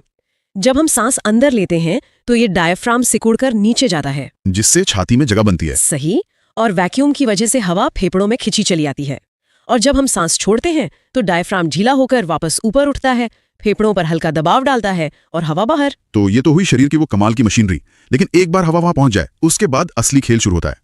इस पूरी प्रक्रिया को, जिसे हम बस सांस लेना कह देते हैं, वैज्ञानिक 3 हिस्सों में देखते हैं ना? बिल्कुल। समझने के लिए इस पूरी प्रक्रिया को 3 चरणों में बांटा गया है: बाह्य श्वसन, गैसों का परिवहन और आंतरिक श्वसन। चलिए पहले चरण से शुरू करते हैं। बाह्य श्वसन का मतलब क्या है? बाह्य श्वसन का सीधा मतलब है फेफड़ों के स्तर पर गैसों का आदान प्रदान, मतलब बस सांस लेना और छोड़ना। ओके। मुख्य रूप से 78.5% नाइट्रोजन, 21% ऑक्सीजन और सिर्फ 0.03% कार्बन डाइऑक्साइड होती है। और जब हम उसी हवा को बाहर छोड़ते हैं तो क्या बदलता है? यहीं पर कहानी दिलचस्प हो जाती है।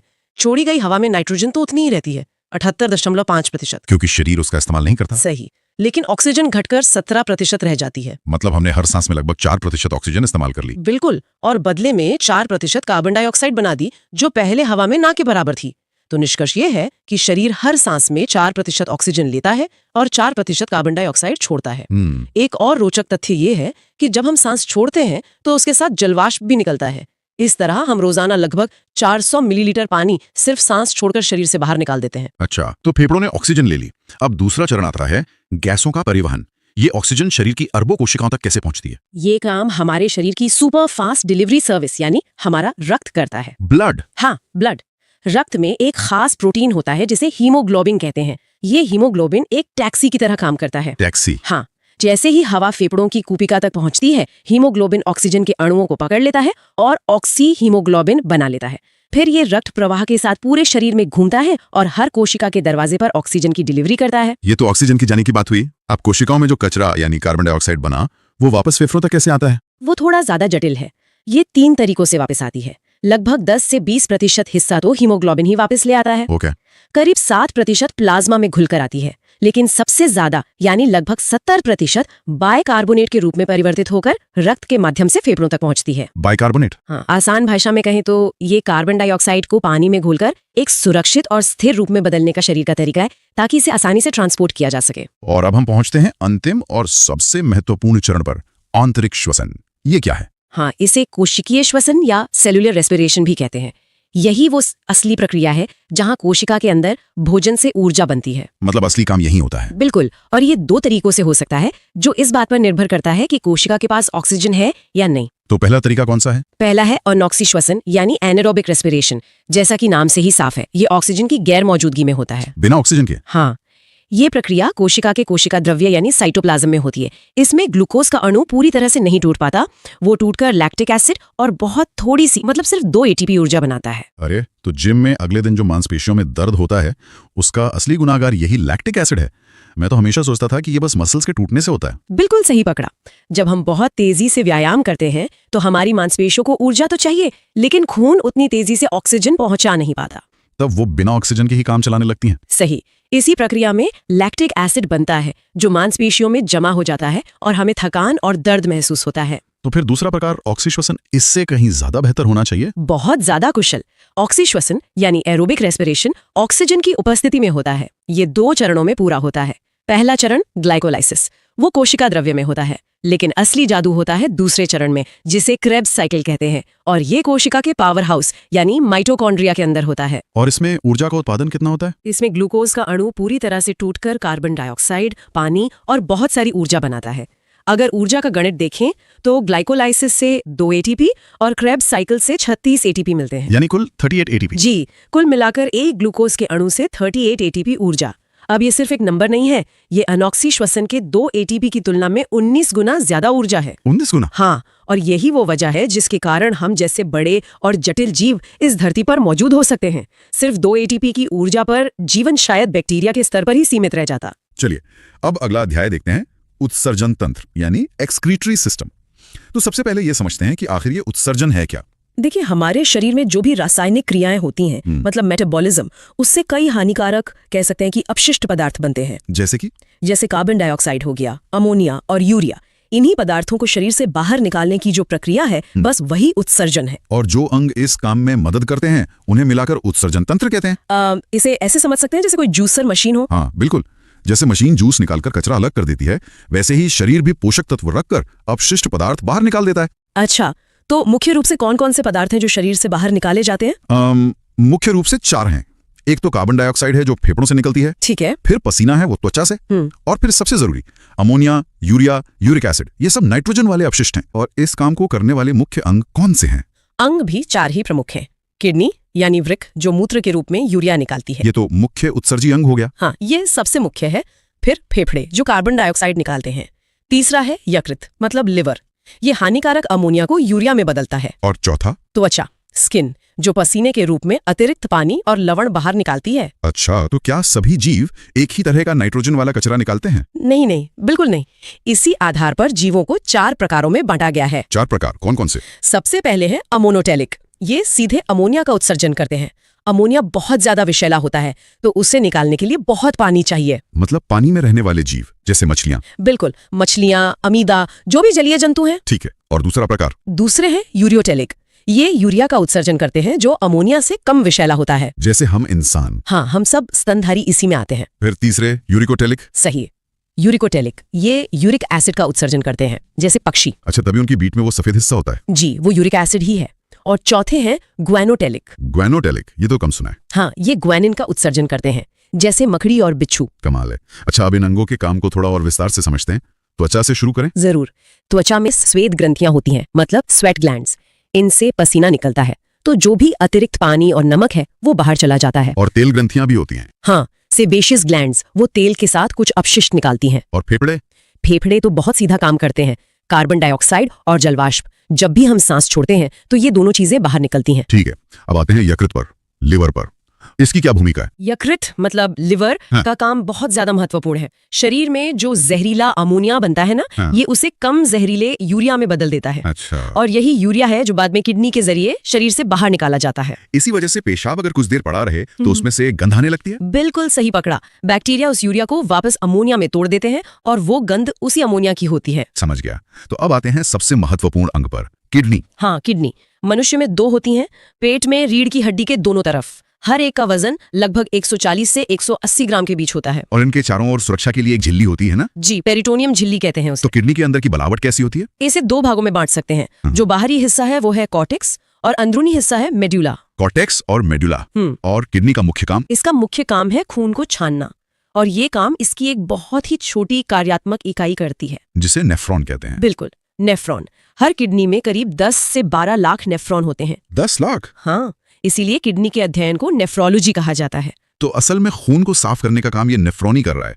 इसकी संरचना कैसी होती है? नेफ्रॉन के कुछ मुख्य भाग हैं। सबसे पहले है ग्लूमेरुलस। ग्लोमेरुलस। हाँ, ये रक्त वाहिकाओं का एक जाल जैसा है। यहीं पर खून पहली बार छनता है, एक तरह की छन्नी कह सकते हैं। और इस छन्नी को एक कप जैसी संरचना घेरे रहती है, उसे कहते हैं बोमन कैप्सूल।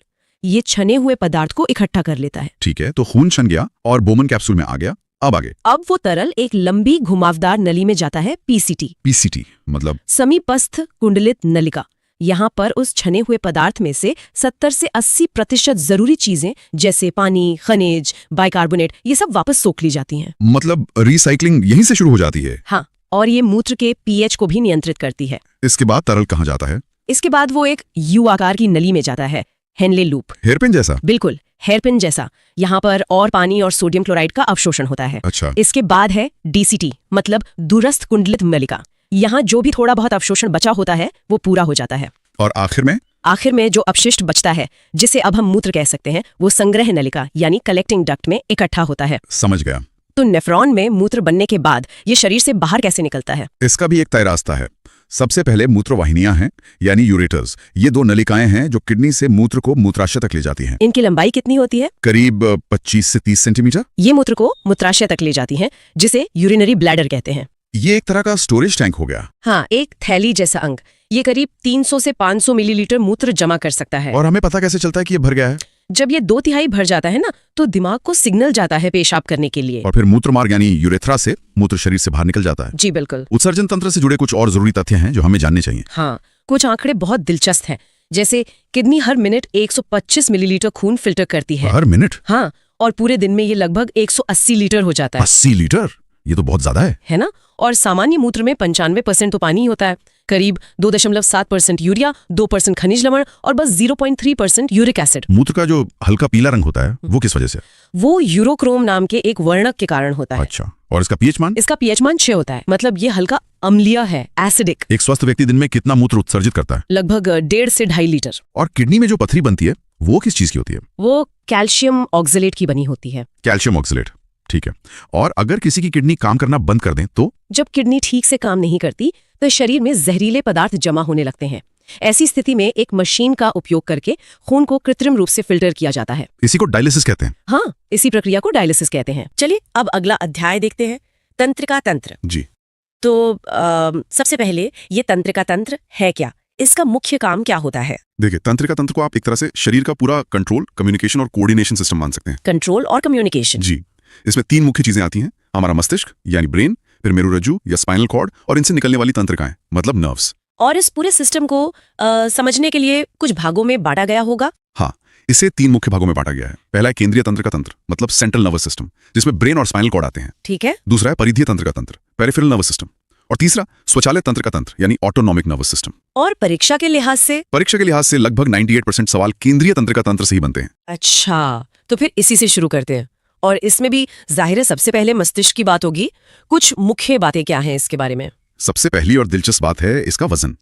एक औसत इंसान के मस्तिष्क का वजन लगभग 1350 ग्राम होता है। 1350 ग्राम? जी। और ये शरीर के कुल वजन का सिर्फ 2% है। सिर्फ 2%? ये तो बहुत कम है। हाँ, लेकिन ये 2% का अंग हमारे शरीर की कुल ऑक्सीजन और खून का 20% अकेले ही इस्तेमाल कर लेता है। 20%? मतलब शरीर की सारी ऊर्जा का 5वां हिस्सा सिर्फ दिमाग को चलाने में लग जाता है। बिल्कुल। और इतने जरूरी अंग के लिए इसकी सुरक्षा भी उतनी ही जबरदस्त होती है। हाँ, वो तो होगी ही। कैसे होती है इसकी सुरक्षा? सबसे बाहर तो क्रेनियम नाम की एक हड्डी का खोल है। एक मजबूत हेलमेट समझिए, जो 8 हड्डियों से बना है। अच्छा, एक नेचुरल हेलमेट। जी। फिर उस हेलमेट के नीचे मेनिंजेस नाम की एक झिल्ली होती है। इसकी 3 परतें होती हैं, ड्यूरामेटा, एराक्नॉइड और पायामेटा। संक्रमण हो जाता है तो उसे मेनिंजाइटिस कहते हैं। और आपको शायद पता हो, समाज सुधारक राजा राममोहन रॉय की मृत्यु इसी बीमारी की वजह से हुई थी। ओह अच्छा। चलिए अब मस्तिष्क की बनावट पर आते हैं। इसके मुख्य हिस्से कौन कौन से हैं? मस्तिष्क को हम मोटे तौर पर 3 हिस्सों में बांट सकते हैं। सबसे बड़ा अगला हिस्सा, जिसे अग्र मस्तिष्क या फोर ब्रेन कहते हैं। फोरब्रेन। बीच का छोटा हिस्सा मध्य मस्तिष्क या मिड ब्रेन।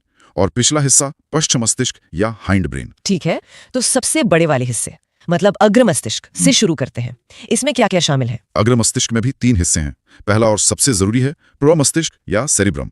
ये पूरे मस्तिष्क का लगभग 2/3 हिस्सा है। 2/3 मतलब सबसे बड़ा? जी। हमारी बुद्धिमत्ता, हमारी याददाश्त, इच्छा शक्ति, सोचने समझने की शक्ति, ये सब कुछ यहीं से कंट्रोल होता है। मतलब जो चीज हम बनाती है वो यही सेरिब्रम है। और बाकी 2 हिस्से कौन से हैं? दूसरा हिस्सा है थैलेमस। ये बाहरी वातावरण का एहसास कराता है। बाहरी वातावरण मतलब जैसे कोई चीज ठंडी है या गर्म, बाहर कोई दर्द हो रहा है या किसी ने छुआ है, ये सारी जानकारी थैलेमस ही बताता है। अच्छा, और तीसरा है हाइपोथैलेमस।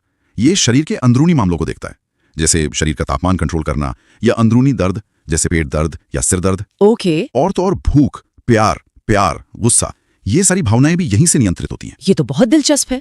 मतलब थैलेमस बाहरी दर्द को और हाइपोथैलेमस अंदरूनी दर्द को कंट्रोल करता है। बिल्कुल सही। ठीक है, अब आते हैं बीच के हिस्से, मध्य मस्तिष्क पर। ये तो सबसे छोटा भाग है। हाँ, ये सबसे छोटा है।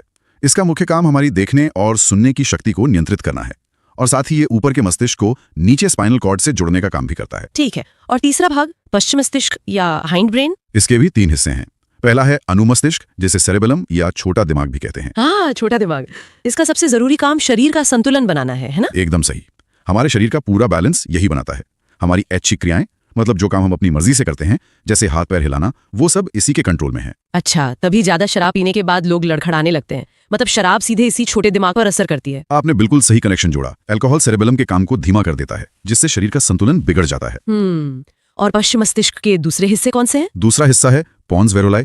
ये हमारी सांस लेने की क्रिया को नियंत्रित करता है। और तीसरा और सबसे जरूरी है मेडुला ऑब्लोंगेटा। मेडुला ऑब्लोंगेटा, हाँ। इसका काम क्या है? ये हमारे शरीर की उन क्रियाओं को नियंत्रित करता है जिन पर हमारा कोई कंट्रोल नहीं है। मतलब अनैच्छिक क्रियाएं? जी, अनैच्छिक क्रियाएं, जी। जैसे दिल की धड़कन, ब्लड प्रेशर, पाचन, छींकना, उल्टी आना, इन सब पर हमारा कोई जोर नहीं चलता। ये सब मेडुला संभालता है। अच्छा, तो ये तो हुई मस्तिष्क की बात। जी। अब केंद्रीय तंत्रिका तंत्र में दूसरा हिस्सा था मेरुरज्जु, यानी स्पाइनल कॉर्ड। इसका क्या काम है? स्पाइनल कॉर्ड का जो मुख्य काम है वो है प्रतिवर्ती क्रियाओं यानी रिफ्लेक्स एक्शन को कंट्रोल करना। रिफ्लेक्स एक्शन जैसे मान लीजिए आपका हाथ गलती से किसी गर्म चीज पर लग गया तो आपका हाथ तुरंत पीछे हट जाता है बिना सोचे। हाँ, बिल्कुल। ये काम स्पाइनल कॉर्ड ही करता है। ऐसी इमरजेंसी में वो दिमाग तक सिग्नल जाने का इंतजार नहीं करता, खुद ही फैसला ले लेता है।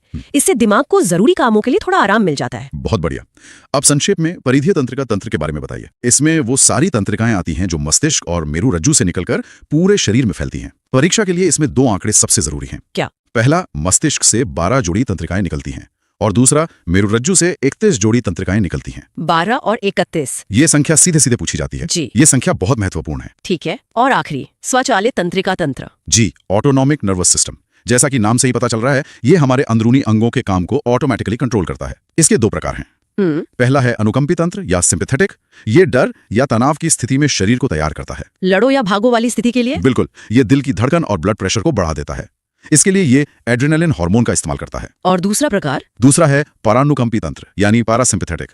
ये शरीर को वापस सामान्य स्थिति में लाता है। मतलब शांत करता है। हाँ, बढ़ी हुई हृदय गति और ब्लड प्रेशर को कम करता है और शरीर को रेस्ट मोड में ले आता है। ये तो बहुत अच्छे से समझ आया।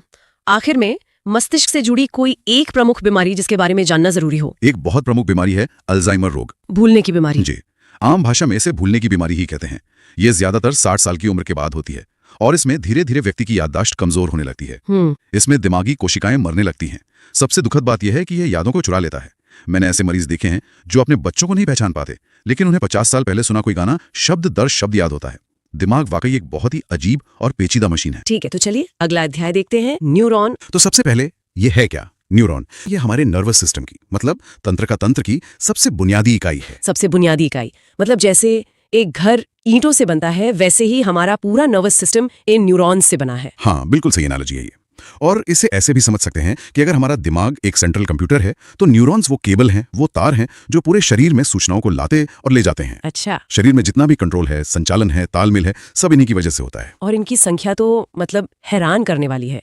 कहीं पढ़ा था मैंने कि हमारे शरीर में 100 अरब से भी ज्यादा न्यूरॉन्स होते हैं। जी, 100 अरब से भी ज्यादा। और ये हमारे शरीर की सबसे लंबी कोशिका भी है। सबसे लंबी कोशिका? हाँ, और यहाँ एक बहुत बहुत महत्वपूर्ण बात है जिस पर ध्यान देना चाहिए। वो क्या है? वो ये कि न्यूरॉन्स में कोशिका विभाजन नहीं होता। कोशिका विभाजन नहीं होता मतलब इनमें खुद को ठीक करने की क्षमता बहुत ही कम होती है। यही वजह है कि दिमाग में लगी चोट वो जल्दी ठीक नहीं होती। अच्छा, इसीलिए कहते हैं कि हेलमेट पहनना इतना जरूरी है। बिल्कुल। ठीक है, तो फिर चलिए अब इसकी बनावट को थोड़ा खोलकर देखते हैं। इसके मुख्य हिस्से क्या क्या होते हैं? देखिए, हर न्यूरॉन के कुछ मुख्य हिस्से होते हैं। सबसे पहले आता है डेंड्राइट। जी। ये किसी पेड़ की टहनियों जैसी धागे जैसी संरचनाएं होती हैं। और इनका काम क्या है? इनका काम है संदेशों को पकड़ना। ये एक तरह के एंटीना है। अच्छा, तो ये सिग्नल को रिसीव करते हैं। बिल्कुल। और डेंड्राइट से मिली हुई जो सूचना है वो जाती है सेल बॉडी में। इसे कोशिका कायर भी कहते हैं।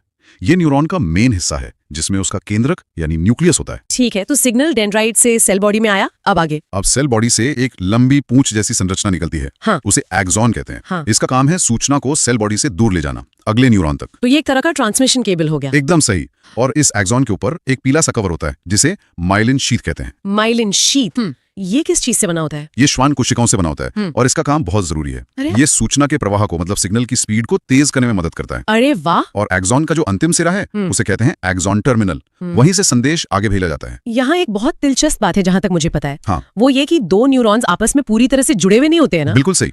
उनके बीच में एक बहुत छोटा सा खाली स्थान होता है। एक गैप। तो फिर सिग्नल आगे कैसे जाता है? उस खाली स्थान या अंतराल को ही सिनेप्स कहते हैं। सिनेप्स। हाँ। अत्यधिक न्यूरॉन के एक्सॉन टर्मिनल से सूचना दूसरे न्यूरॉन के डेंड्राइट तक पहुंचती है तो वो इसी सिनेप्स को पार करके जाती है। और मजे की बात यह है कि सूचना के इस लेन देन की जो पूरी प्रक्रिया है उसे भी सिनेप्स ही कहते हैं। ये तो कमाल है। मतलब सिग्नल एक खाली जगह को कूद कर पार करता है। एक तरह से, हाँ। ठीक है, अब ये तो हुई बनावट की बात, पर क्या ये सभी न्यूरॉन्स एक ही तरह का काम करते हैं या इनके प्रकार भी होते हैं? नहीं, काम के आधार पर इनके मुख्य रूप से 3 प्रकार होते हैं। 3 प्रकार? कौन कौन से? पहले हैं संवेदी न्यूरॉन, जिन्हें हम सेंसरी न्यूरॉन भी कहते हैं। संवेदी यानी जो संवेदना या सेंस से जुड़े हों? बिल्कुल। ये न्यूरॉन्स हमारे संवेदी अंगों से, जैसे त्वचा, आंख, कान, वहां से जानकारी लेकर दिमाग तक पहुंचाते हैं। कोई उदाहरण दे सकते हैं? हाँ, जैसे मान लीजिए आपके पैर में कांटा छुप गया, तो वो जो दर्द का संदेश है वो दिमाग तक यही सेंसरी न्यूरॉन्स लेकर जाते हैं। तो फिर दूसरे कौन से हैं? दूसरे हैं चालक न्यूरॉन या मोटर न्यूरॉन। Motor neuron. ये संवेदी न्यूरॉन से ठीक उल्टा काम करते हैं। उल्टा मतलब ये दिमाग से निर्देश लेकर शरीर के अंगों तक पहुंचाते हैं। जैसे उसी कांटे वाले उदाहरण में जब दिमाग पैर को हटाने का आदेश देता है तो वो आदेश मोटर न्यूरॉन्स के जरिए ही पैर की मांसपेशियों तक जाता है। अच्छा, तो सेंसरी न्यूरॉन ने बताया कि कांटा चुभा और मोटर न्यूरॉन ने कहा पैर हटाओ। एकदम सही। और तीसरे प्रकार को कहते हैं मध्यस्थ न्यूरॉन। इन्हें मिश्रित कोशिका भी कहा जाता है। मध्यस्थ मतलब बीच वाले। हाँ, इनका काम है संवेदी और चालक न्यूरॉन्स के बीच संकेतों का लेन देन करना। ये दोनों के बीच एक पुल की तरह काम करते हैं। तो ये एक तरह के कनेक्टर हो गए जो इन दोनों नेटवर्क्स को आपस में जोड़ते हैं। बिल्कुल, ये तीनों मिलकर ही पूरे सिस्टम को चलाते हैं। ये तो वाकई में एक बहुत ही अद्भुत नेटवर्क है। तो अगर संक्षेप में कहें तो मानव शरीर की जो सबसे लंबी कोशिका है वो तांत्रिक कोशिका है, जिसे न्यूरॉन भी कहा जाता है। तो चलिए अब अगला चैप्टर देखते हैं, प्रजनन तंत्र। जी। सबसे पहले ये समझते हैं कि प्रजनन या जनन है क्या। ये वो प्रक्रिया है जिससे जीव अपने जैसे नए जीव बनाते हैं ताकि उनका अस्तित्व बना रहे। बिल्कुल, और इस प्रक्रिया में जो भी अंग मदद करते हैं उन सबको मिलाकर हम प्रजनन तंत्र कहते हैं। सही। एक और बात, मानव एक लिंगी और जरायुज मतलब विविपेरस। विविपेरस, इसका मतलब क्या हुआ? इसका मतलब है कि वो सीधे शिशु को जन्म देते हैं। दूसरी तरह के जीव होते हैं अंडज यानी ओविपेरस, जो पहले अंडे देते हैं। अच्छा, अंडों से बच्चे निकलते हैं। हाँ, इसे याद रखने का एक बड़ा आसान तरीका है। ओविपेरस का ओ जो है वो अंडे जैसा दिखता है। अरे वाह, ये तो बढ़िया है।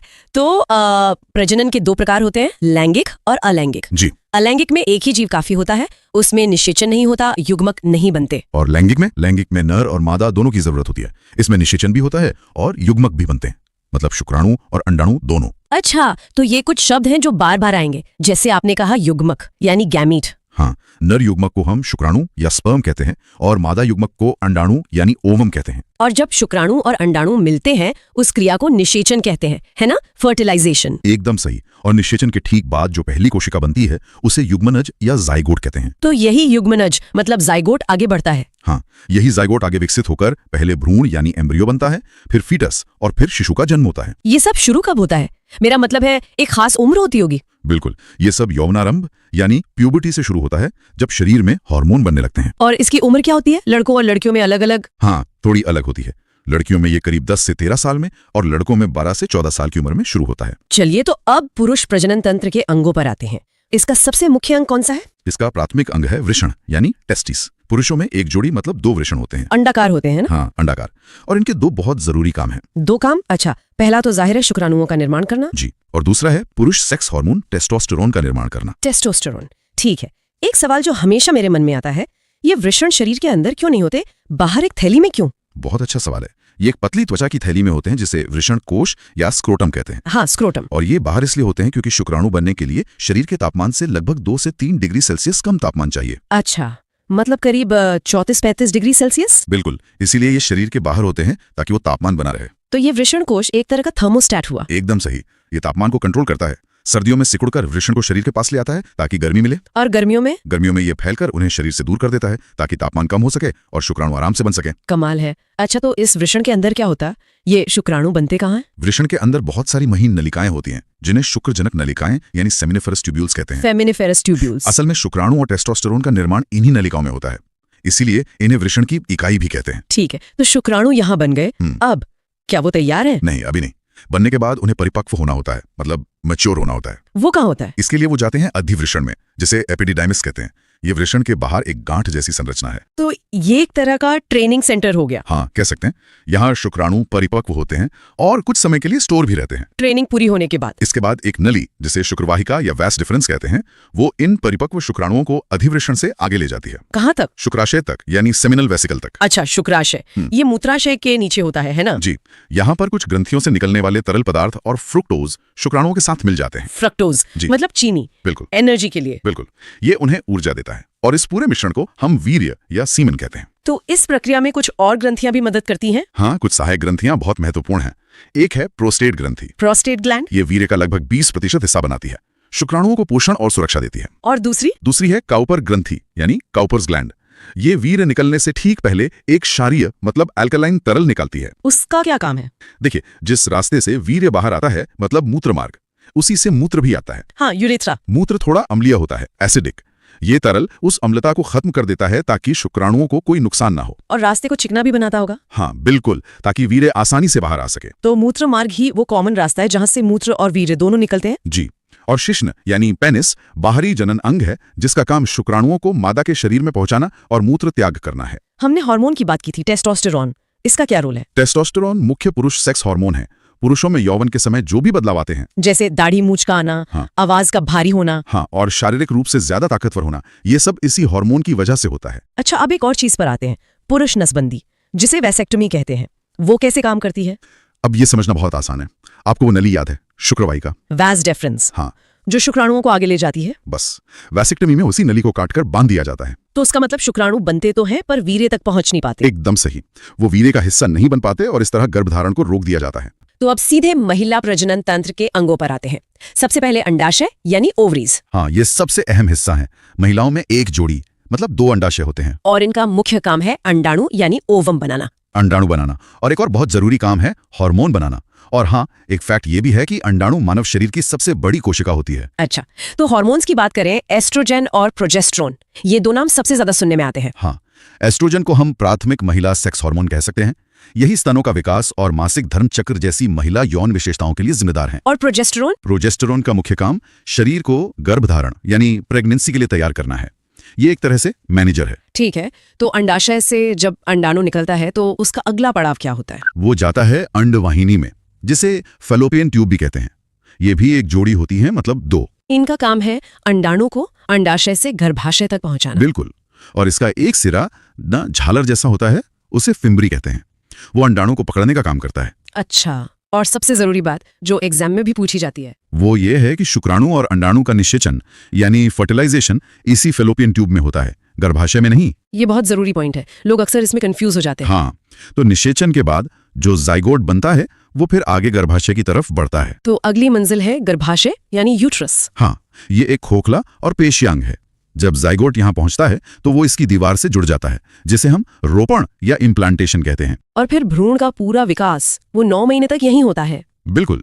गर्भाशय हर महीने खुद को गर्भधारण के लिए तैयार भी करता है। ठीक है, फिर आता है योनि या वेजाइना। हाँ, ये बच्चे के जन्म के लिए बर्थ कैनाल का काम करती है और इसके मुख पर एक पतली झिल्ली होती है जिसे हाइमन कहते हैं, जो शारीरिक परिश्रम, व्यायाम या लैंगिक संपर्क से टूट सकती है। सही। इसके अलावा कुछ बाहरी अंग भी होते हैं, जैसे क्लिटोरिस जो एक संवेदनशील संरचना है, और लेबिया माइनोरा और लेबिया मेजोरा। तो अगर पूरी प्रक्रिया को हम कुछ चरणों में बांटें तो वो क्या होंगे? देखिए, सबसे पहला चरण है युग्मक जनन यानी गैमीट्स का बनना, शुक्राणु और अंडाणु। फिर दूसरा चरण वीर्यरोपण या इंसेमिनेशन, मतलब शुक्राणुओं का मादा जनन तंत्र तक पहुंचना। और तीसरा सबसे महत्वपूर्ण, निषेचन, जो फैलोपियन ट्यूब में होता है। उसके बाद युग्मनज यानी जाइगोट का निर्माण, फिर रोपण मतलब भ्रूण का गर्भाशय की दीवार से जुड़ना, और फिर आता है गर्भकाल यानी जेस्टेशन। हाँ, जो लगभग 9 महीने का होता है गर्भाधारण से लेकर शिशु के जन्म तक। इस गर्भकाल के दौरान एक बहुत जरूरी चीज बनती है, अपरा या प्लेसेंटा। हाँ, प्लेसेंटा एक अस्थायी ऊतक है जो सिर्फ गर्भावस्था में बनता है।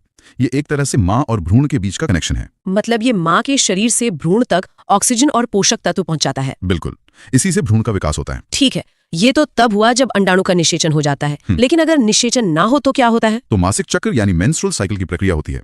अगर अंडाणु का निषेचन नहीं हुआ तो गर्भाशय ने जो तैयारी की थी वो मोटी आंतरिक परत टूट जाती है और वो रक्त के रूप में योनि से बाहर निकल जाती है, जिसे हम पीरियड्स कहते हैं। सही। 2 पीरियड्स के बीच का समय औसतन 28 दिन का होता है और रक्तस्राव लगभग 4 से 5 दिन तक चलता है। इस 28 दिन के चक्र के भी तो अलग अलग चरण होते हैं, है ना? हाँ बिल्कुल। पहले 1 से 5 दिन मेंस्ट्रुएशन होता है, मतलब रक्तस्राव। फिर आता है ऑडिक्यूलर चरण, लगभग 6 से 14वें दिन तक।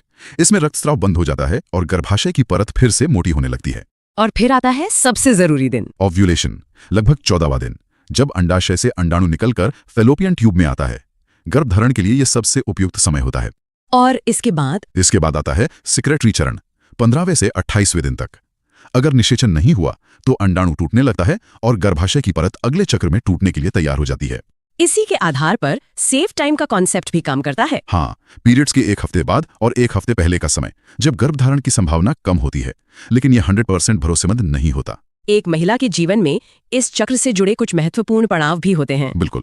जब यौवनारंभ में पहला मासिक चक्र शुरू होता है, उसे रजोदर्शन या मेनार्की कहते हैं। और ये लगभग 12 से 50 साल की उम्र तक चलता है, जिसे प्रजनन काल कहते हैं। हाँ, और जब मासिक धर्म चक्र स्थायी रूप से बंद हो जाता है, उसे रजोनिवृत्ति या मेनोपॉज कहते हैं। तब अंडाणु बनना बंद हो जाते हैं। अब कुछ संबंधित विषयों पर बात करते हैं, जैसे ट्यूबेक्टमी। ट्यूबेक्टमी को आम भाषा में महिला नसबंदी कहते हैं। इसमें फैलोपियन ट्यूब को ब्लॉक कर दिया जाता है। तो इससे शुक्राणु और अंडाणु मिल ही नहीं पाते। सही कहा, ये निषेचन को ही रोक देता है। और एक और विषय जो काफी चर्चा में रहता है वो है सरोगसी, जिसे किराए की कोख भी कहते हैं। ये उन दंपतियों के लिए एक विकल्प है जो बच्चा पैदा नहीं कर सकते। इसमें प्रक्रिया क्या होती है? इसमें दंपत्ति के शुक्राणु और अंडाणुओं को लैब में निषेचित किया जाता है और फिर उस युग्मनज को एक दूसरी महिला यानी सरोगेट मदर के गर्भाशय में स्थापित कर दिया जाता है। हाँ, तो बच्चा आनुवंशिक रूप से उस दंपत्ति का ही होता है, लेकिन उसे जन्म सरोगेट मदर देती है। तो आज हमने देखा कंप्लीट बायोलॉजी का पार्ट 1। उम्मीद है ये वीडियो आपको पसंद आया होगा, तो वीडियो को लाइक एंड शेयर करें। ऐसी ही और इंटरेस्टिंग वीडियो देखने के लिए और अपने तैयारी को नए लेवल पर ले जाने के लिए चैनल को सब्सक्राइब जरूर करें। बहुत जल्द मिलते हैं इसके दूसरे और अंतिम पार्ट के साथ। नमस्कार।